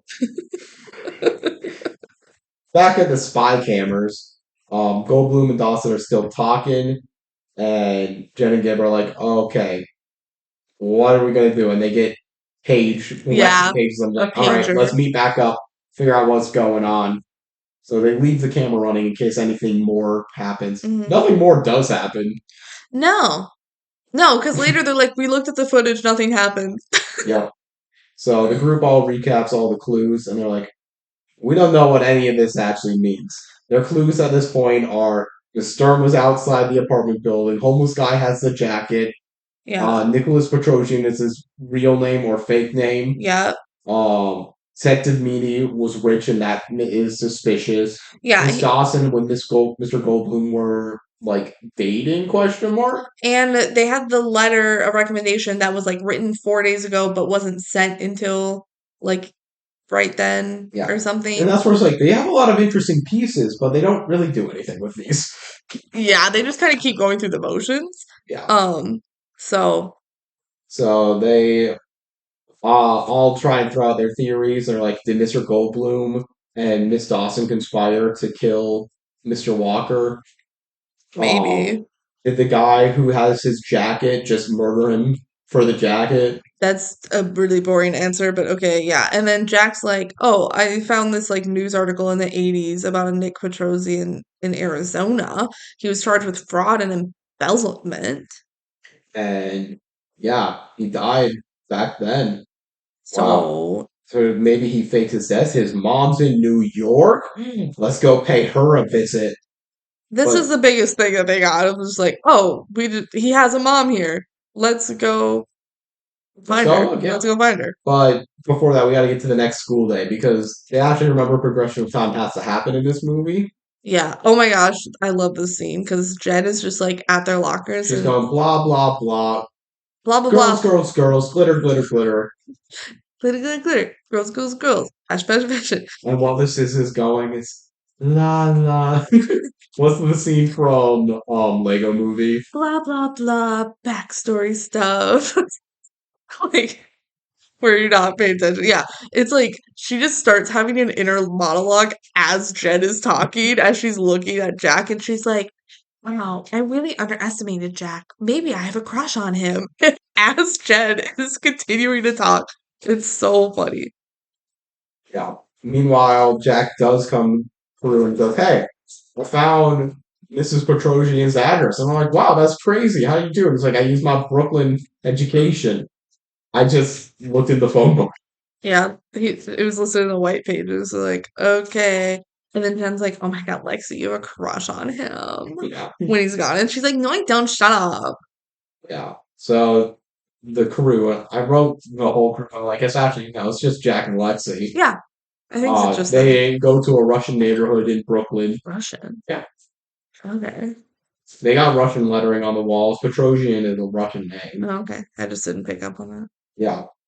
And they knock on a door, and Mrs. Petrosian, or at least right now, just the old lady opens the door and goes, "Nobody here goes by the name Nicholas Petrosian." And they're like, And they're "Are you like, "Are sure?" you sure? You don't know anyone?" But in the back, a voice says, "It's okay, Mom. Let him in. It's Mr. Oh Walker." my God, he's alive. It's not that shocking. Yeah. So that's a big commercial break Oh moment. yeah. When we come back, the mom's trying to serve them some eel Well, it's sushi. way more than just eel. She has like a whole tray of food, and some of it's eel and other like And sushi. they're It's like, really weird. ew. Yeah, no thanks. And Lexi's like, "Hey, Mrs. P, you got a pretty cool pen in there." She's like, "Thanks. I got in there at Reno. Thanks to some slots," or Oh, so something they like do that. mention it before. Okay. Yeah. Uh, Mr. Walker and Patricia's like, "Yeah, you got me right. I'm not dead. I Hmm. faked my death." He was Yeah. like, "Oh, is this about the fraud and embezzlement?" Jack says, he's like, "You guys are smart cookies. I thought you'd figure everything out. Well, here's my real backstory. Hmm. I was framed when I was a banker in Arizona. As I was a banker, I just landed a big account. I was on top of the world. But a couple days later, I noticed someone took $10 million out of the account and put it into a Swiss bank account under my name. So I went to go and try and take the money out to return it, give it like let the police know everything that happened and figure out what's going on. But when I did that, the account was empty. It was empty. What's going on?" Yeah. So And I faked my death. so I've been on the run ever since. That's Um, crazy that his answer is just, "I'm gonna fake my death and be on the run from the well, a police." couple things in action. Number one, they do specifically talk about how there's this guy Granville who was like his boss. He took notice of the big account. Mm-hmm. The only name we get from the past. Uh-huh. So clearly that's coming back. Second of all, he mentions that anyone in the company had a chance to like make a new account with that money. It Mm-hmm. wasn't secure in that way. Mm-hmm. Um, But why, instead of having them do an actual investigation, he's just like, "I'm gonna fake my death. I'm gonna be on the run." because he's getting pressured by this guy who's trying to ruin his life on top of like in the plot, Falco Granville was trying to ruin his life because he was trying to steal back the pendant that was in the diamond. They do have like an ending explanation. He says like people were chasing after me the whole time. I Oh, couldn't get away from everything. I was always being pressured or being threatened in different ways, so I had to fake my death. okay. Yeah, they do have an explanation. So after I faked my death, I saw this teacher named Orlando Walker died a year ago. So I took his identity and became a teacher because that's what you do when you're taking someone else's identity after you fake your death. But I fell in love with teaching, and it was great, and I love my job now. And then came Miss Dawson, And it and flashes back to when mom's they like, met. "Oh, I love her." Oh, I love her. I used to marry her. And well, she doesn't say it, but she's like, oh, what a doll. And it flashes back to when they met. They're like sitting on a bench in the school like courtyard. It's like, oh my god, egg salad with pumpernickel. They packed the same lunch. And they're basically immediately head over heels in love. Yeah. Yeah, But then they were caught because Lexi published that article, that gossipy that gossipy beach. bitch. Yeah. So that was crazy. And then he found a note at his home, but it was smudged out, so he couldn't read it all. But it says clearly that he has to show up at hotel on Sunday at Saturday. 2. Yeah, that's Saturday, 2 p.m. Otherwise, your little girly might get hurty. Yeah. Yeah, it definitely said exactly like that. And I thought he was going to say, that's why I had to break up with her. But he didn't say that. No. He's like, I gotta fake my death again. I thought it was, yeah, I think he just faked his death. So maybe he like broke up with her so that faking his death would be less painful for her or something. I don't know. I thought he was going to be like, I broke up with her so that they couldn't use her against me. It was for her own good. You know, like Spider-Man does with Mary Jane. He's like, we can't be together because the villains will keep using you against me. I thought he was gonna say he did that for Miss Dawson, but no, no. Mhm. But yeah, so they're like, yeah, I have this note, but I don't know what hotel. And Lexi goes, well, you gotta come out in the open sometime. How else are you gonna marry Miss Dawson? Well, my favorite little piece of acting in here is just Bug Hall playing Jack is like listening into this whole Like, yeah, you conversation, gotta like open nodding up normally, sometime. and like a half second after the sentence goes, like gives a bit of a recoil of just like, wait a minute, that has like so little Like, relevance. Like, like, really? yes, yes, you gotta open up sometime. Yes. How else are you gonna marry her? Wait, what? Like, it literally It's comes a, out of it's a nowhere. good, relatively subtle acting move. Yeah. That's It's just, huh? Like, no one's talking about marriage, but he goes, they laugh. He laughs. Mr. Walker laughs when he goes, I I'd would love love to to marry marry her. her. Like, he's like so smitten by it of like it laughs because it's ridiculous that she is such a hopeless romantic that she's like, but oh, you're gonna marry her. And he's like, you know what? I would love to marry her. It's a good little scene. It's cute. And then he's like, yeah, we gotta figure out what this hotel's supposed to be. If only there was someone we knew with super secret agent skills to be able to figure out what this message originally said. Hmm. Hey, I got a sister. Lexi brings her sister into the crew. She's officially part of the crew now. It's a 5-person crew. They all welcome her in, and she decides to use some science. Yeah, this part's actually really cool.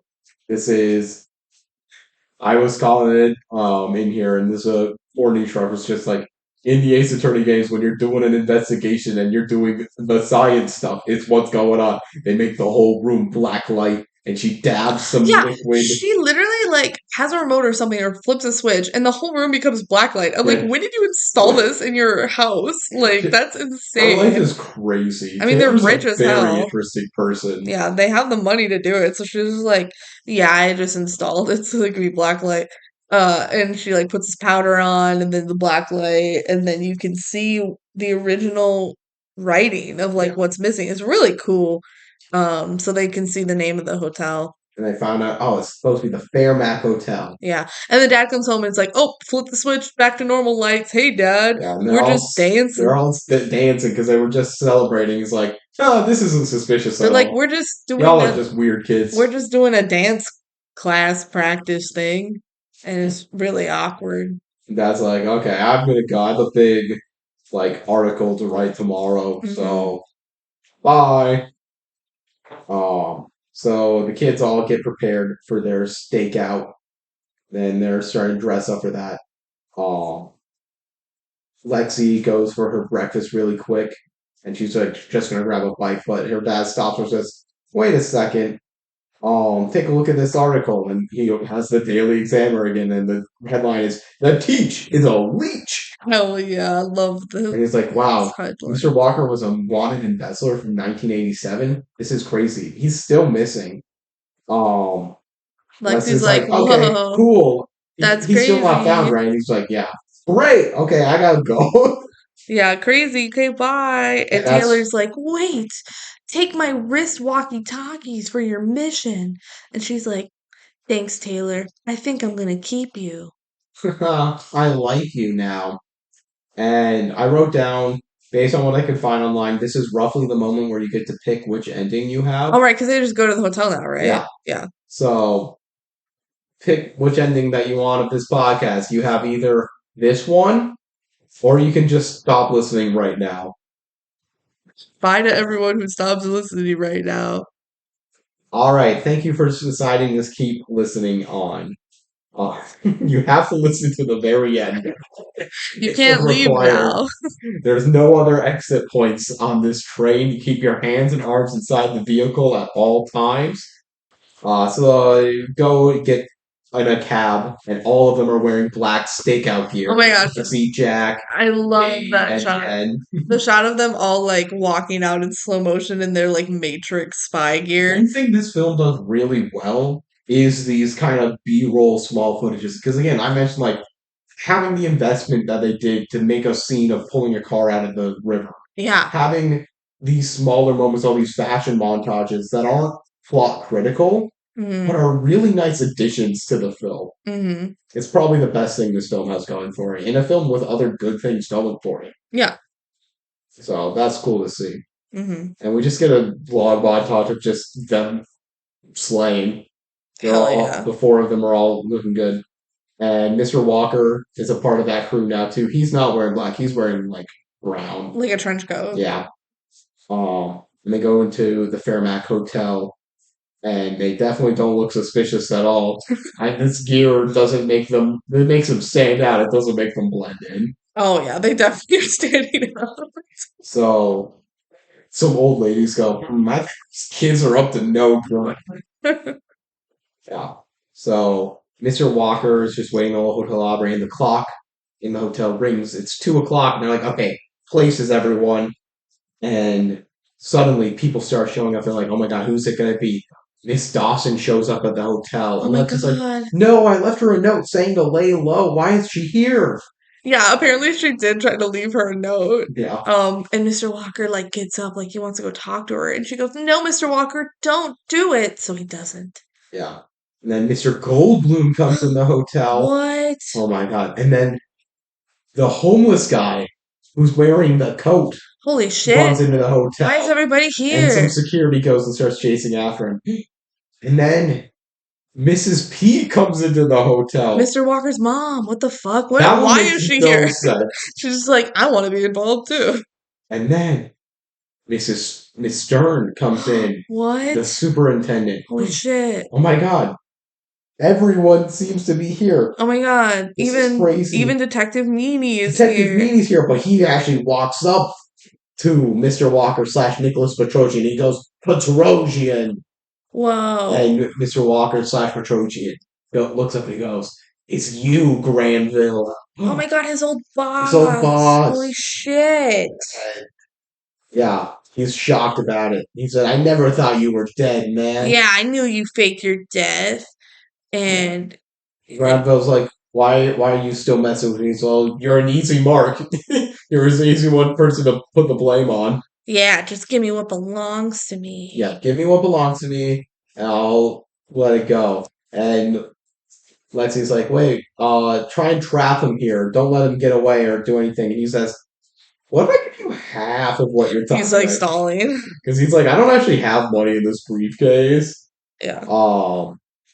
And Granville just storms off. He's like, bah, no. Yeah. And he starts running off. And then Mr. Walker starts like running for him, but he trips and hurts his ankle. Useless. So the kids have to go and chase after him. Yeah. And now they're like, oh, he went on the stairway. Did he go up or down the stairs? Jen and Gabe go upstairs to go run after, and Lexi and Jack go into the basement. Yeah. Jen and Gabe, for the next like 10 minutes of plot, are purely having a Scooby-Doo chase scene where they run in one door and pop out another door And and going like through hallways and elevators. the elevators and like the shot, all of a sudden they're on the 12th floor, then they're on the 7th floor. It's Like, just like kind really of random, dumb. honestly. Yeah. The other people in this chase sequence are Mrs. P, for some reason, Yeah. the homeless guy, and the security guard chasing the homeless guy.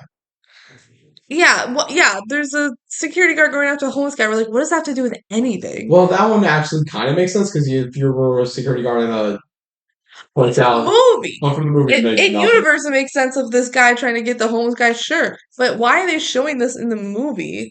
They're like, clearly he has something to do with this. And it's like, in the end, he doesn't. So Lexi and Jack go to the basement. They went down the stairs, and that's where Mr. Evil, Granville Falco, Yeah. no, Granville, whichever order it is, they're trying to find him and they lose him in the darkness. And suddenly he throws a barrel at them like he's Donkey Kong. Hell yeah. Yeah, and then he starts like, I'm gonna release all this gas at Yeah, you. I feel like it's boiling steam based on how scared they were of it. Yeah, I But don't it's know. not It's clear. clearly supposed to be dangerous, but it also visually doesn't look that dangerous. Yeah, and doesn't Lexi gets like stuck on Yeah, it? he starts running away. Lexi's like caught her wrist on, Like a bracelet. yeah, on it and can't get out. And she's panicking, but Jack comes and saves her, and they run out of the room. And Lexi gives him a kiss on the cheek. She's like, "Oh my god, Jack, you saved me!" And kiss him on the cheek. It's like, "Oh my god, little cheek kiss. Yeah, They're in love." but when they're in the hall outside there, they hear a muffled scream, and they're like, "What's going on?" And they see in the ladies' room, that's where the scream's coming in. Lex is like, I'm gonna take this one alone. Don't come in the ladies' room. Yeah, So Jack waits outside. In that ladies' room, uh, Lexi was searching around and finds Miss Dawson all tied up in a robe and face cream, yeah. Poor and thing. she's at absolute danger. She's like, oh, after getting untied, I was given a free day at the spa. That's what trapped me. Such a sucker. Yeah. So someone like, wasn't it a setup? Yeah, Yeah, that was someone. Granville Oh, as bait for to Mr. get her into a Walker. dangerous situation. Right, to get the money from Mr. Walker. Yeah. Gotcha. So yeah, she was there just for a free spotting and she ended up tied up. So Lexi's like, it's okay. Go get in the shower. Oh, yeah. Well, she says, okay, well, I have a lot of updates for you. Number one, Mr. Walker's alive, so that's pretty cool. But I'm gonna have to tell you all those details later. First, we have to go, like, kill Granville. She says 86 Granville. So, Damn.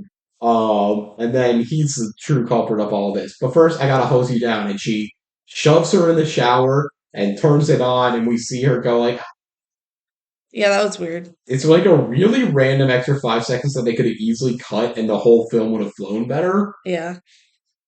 I don't get it. Back to Scooby Doo.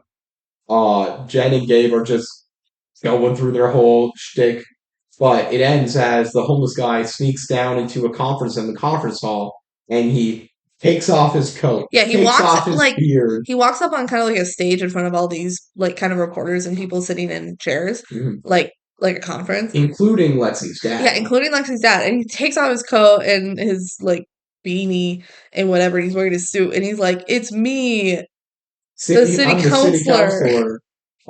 I went undercover as a homeless person for 4 weeks to learn how the people on the streets live. Which is kind of crazy to do that as a Yeah. local politician. And the one act of kindness was somebody giving me this coat. And so we're like, oh, I guess Mr. Walker gave it to him. Yeah, And that's Lexi and it. Jack showed up to hear this like monologue about this. Yeah, and it really doesn't matter for anything else. It was funny though, in the background, oh, you see the security guy come in, kind of see what's happening, and kind of throw his hands up like, oh, Ah, god damn it. like goddamn. Either he was like, oh, I lost the homeless guy, I don't know where he is, or he saw that it was the councilman pretending to be the homeless guy and was like, God damn it.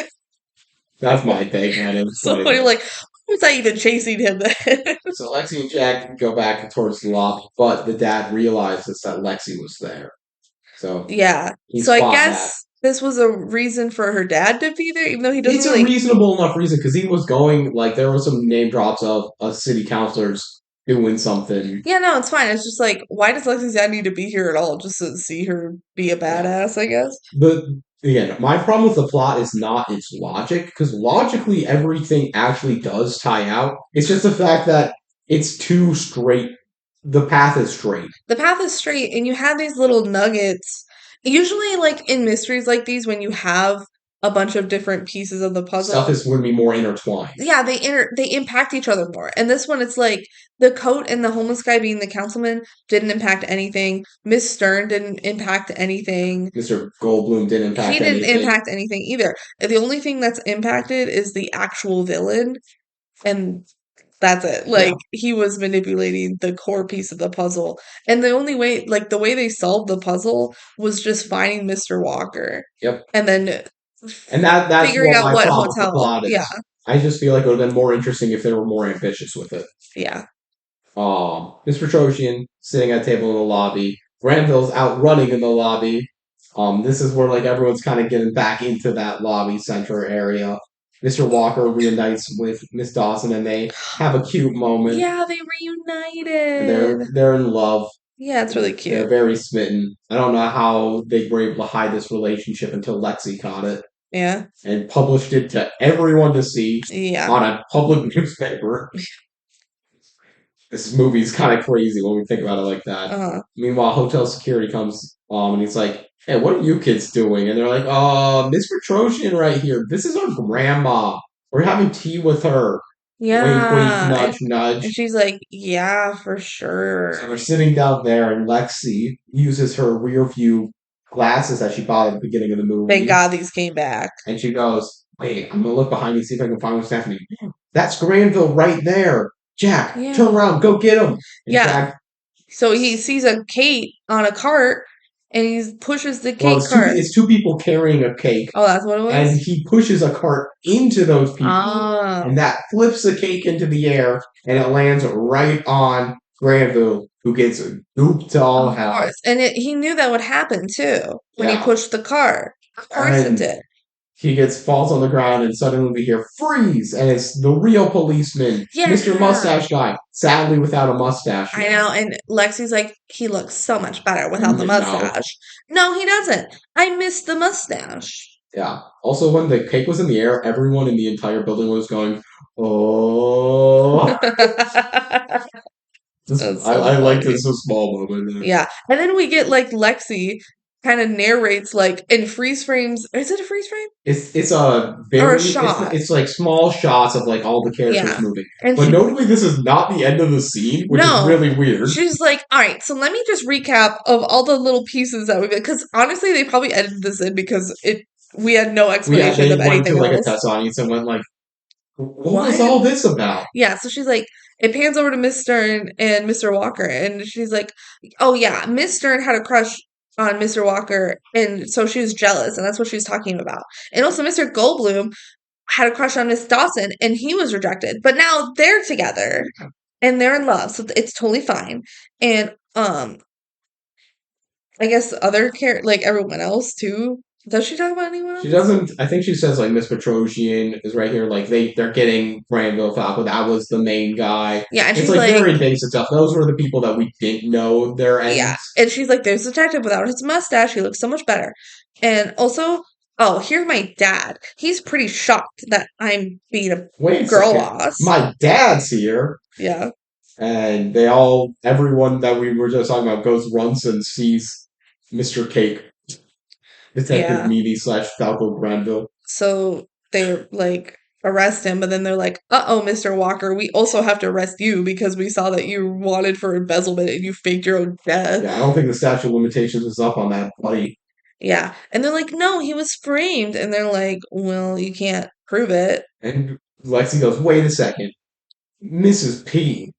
What about that brooch you have right there? That magnificent little fly that's actually super ugly." And she's like, oh my God, I had it since Reagan was in office. Oh, wait, actually, I found it at the bank. It was in a paper bag It was in an randomly at the bank. undisclosed paper bag under a chair. Yeah. And I went in and I showed my son, I said, look at this brooch. I found it in a bag. And we were going to try and figure out whose it was, except right after that, he was framed for embezzlement, so we got kind of distracted, and I decided to keep it. I think it would be worth like $25 on a flea It market. is like, I think it's that ugly, but it's like chunky, and she thinks it's just prop It looks like jewelry. prop jewelry. Yeah, But it's not ugly for prop jewelry, but like as actual wear, to me, it's like it's a very brooch. I don't know. particular. It's like a bead brooch. Yeah. And she's like, and Lexi's like, well, this is a real diamond. I can tell because I know diamonds, and it's actually worth like $10 million. And they're like, oh my Only 30 of God. these in the world. Yeah, and they're like, that's where the money went. That's why all the money in the account was gone Yeah, because he Granville bought a basically diamond. admits everything Yeah. in public He's there. like, yep, I bought the diamond to hide the money, and then I lost the diamond. And And I I thought, assume you stole it. yeah, I thought you stole it, Mr. Walker. And so I wanted to take it back for myself. And they're like, well, I guess that answers everything. We get a cut to a new newspaper article saying from the Daily Examiner, no substitute for missing teacher. I love it.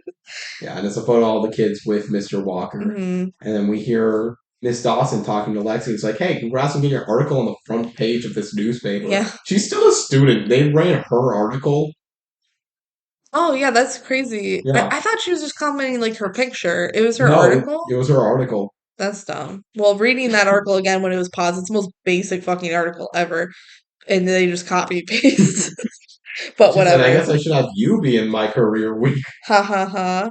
It's like, or maybe your dad or something. Yeah. Oh man, Orlando and I want to thank you for everything. He's Yeah. like, oh, yo, you took it. And she's like, all right, I gotta go. Orlando Walker wants to ask me something. And Lexi's like, oh my God, he's gonna ask her to marry her. We gotta come to their wedding. They just get married immediately. At the hotel. Oh, was it at the Yeah. hotel? No, sorry. It was at the school. It was at the school. What? Yeah. It wasn't, I think It it was was at the like a same logo as church. the school. That's crazy. So Yeah. they get into a horse-drawn carriage there. Oh The my mom, gosh. it's like, Miss P is like, finally gonna have grandkids. Because earlier she looked at the villain and was like, if it wasn't for you, I'd have grandkids by now. Because he caused all this shit to happen. But she's like, yes, I finally get to have grandkids. And then she goes in the carriage with them, with the they newlywed. go like, do you think she's a part of the honeymoon? Yeah, it's actually weird. It's funny that they commented on it. Yeah. So that's the end of that story. Meanwhile, the rest of the kids have to talk to each other and wrap up their little plot.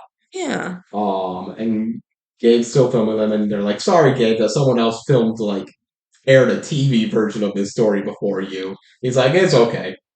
Yeah. Lexi will say, "There's no secret to success. You just gotta do exactly what her dad did." Sometimes you just need some imagination, hard work, and luck, or whatever. I think she said Yeah. that to Miss Dawson, actually. Yeah. Yeah. Then Jack's like, hey, I got my scholarship to Millington renewed. I'm excited to go here again next year. Yeah. And they all have like a heart to heart. And she's like, I guess poor people can be pretty cool. That's basically what she's like, wow, I love New York because I get to learn about new people, and poor people are cool too. And Jack goes like, what's that? And he's like, it's a bag.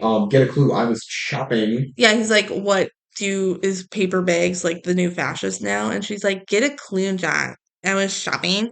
Here you go. It's a It's present. for you. And he's like, oh, new bowling shoes. And she's like, yeah, I like thrifted them and like customize them because poor people are cool too. And so he's like, cool, thanks. And maybe we could all go bowling sometime. And Jen's like, oh my God, I don't want to wear someone else's shoes. And Lexi's like, I think we can handle it, Jen. We're normal people too. Gabe's like, I'm in. But Jen's like, no, I hate this. And Lexi says in like a monologue, New York has to be the coolest city in the world. It has everything. If you can't find it, well, you just gotta get a clue. Just get a clue. And they walk away and it's the end of the That's the end of the movie. And we, I think, hear the Get a Clue song again. me and you, what to do, get a clue. It's me, it's you, get a clue. Get a clue. How do you like Get a Clue? I like Get a Clue. So when we first watched this movie, I just remember not paying much attention. And I ranked this really, really low. And let me tell you, now having really watched it, it kind of felt like I was watching it for the first time last night. It wasn't bad at all. Like, we were complaining about some of the story beats and how I just wish there was more mystery and more intertwining storylines and intrigue and more like unraveling the truth. But other than that, it's a fun The, little the movie. the movie is good, the mystery is bad. Exactly. And it makes it harder to rank on a scale like this in a lot of ways because what does that even really mean?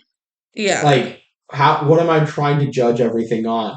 The moment to moment screenplay here is pretty good. The dialogue's fun, the acting's good, Hmm. the character's fun, the comedy's The decent for the most part. fashion is incredible. Like, There, you have like, some fun characters, especially like it's Lindsay Lohan and Brenda Song, and like the this is an actors, iconic decom in a lot of the ways. adult actors are all like cool too. And so it's fun to watch, but there are problems with the plot. And it's just like I walked away pretty positive when we were watching this yesterday, and then I slept on it and I went like, there's just a much better movie trapped in here Yeah, it could have if you been could give better. it 20 more minutes of making the mystery better. Yeah. And Like that's my one complaint really about the movie, I and I don't know how much it downgrades things. yeah, I like had this really low in my ranking and it was in D tier. I would definitely bump it up to C tier. I think like higher C tier range is where I would actually put it. Mm. But Final Jank House ranking was 45, so like right in the middle, kind of a little high middle, and you have it exactly in the same spot, 45. Yeah, I had And it in like my mid B tier, which seems about accurate for my take on it, because mhm, I do think the good outweighs the bad. yeah, I had it really low at 79, as I said in my D tier. So yeah, I would just put it more in that mid range. Like you have a bigger B tier than I do. I'm a little more picky of what goes in there. Um, but yeah, I would put it like the top of my C tier is Wendy Wu, which maybe I would also just bump that to B and then put this more towards the top of C tier. Or kind of mid, kind of around like cowbells. I like cowbells also. But yeah, let's get a clue. Let's get a clue. Me Uh, and you get a clue. Thank you for listening to the podcast. If you have any thoughts for us, email us at decomduo@gmail.com or Yeah. YouTube, follow our TikTok, listen to the podcast. I mean, you found a way to do it here, but we're also on Spotify and Apple Podcasts and YouTube, so Yeah. pick your poison. Cool. Then we gotta figure out what our next movie is. Are we even gonna pretend? We know what it is. So our next episode is videos for. Yeah, you owe me $1. I predicted that one. We didn't. You got it off screen. We don't need to really pretend to spin the wheel when we've already planned out that we are gonna record Phineas and Ferb next with our friend. So, um, Also, we should mention after that one is our mini-sode too. If you true. have anything you want to say about a mini-sode, we probably won't have anything else. Like, I don't know what I'm saying there. If you want to let us know anything about our mini-sode covering the last 10 movies that we're covering, Hmm. let us know. Yeah, but here's what we'll do. We'll spin the wheel just in case something happens and we don't watch Phineas and Ferb. We will watch this movie instead. So, what do you think it's gonna be? I think it's gonna be Twitches. Sick. I think it's gonna be Jumping Ship. Cool. Spinning the wheel for a backup movie. All right, it's Good Luck Charlie, it's Christmas. So hopefully we do watch Phineas and Ferb so that we don't have to quite watch Good Luck Charlie, it's Christmas yet. I know we'll have to watch it eventually, but I'd rather not do it right now. So, Yeah. yeah, so tune in 2 weeks for hopefully Phineas and Ferb. Yeah. All right. Bye-bye. Bye.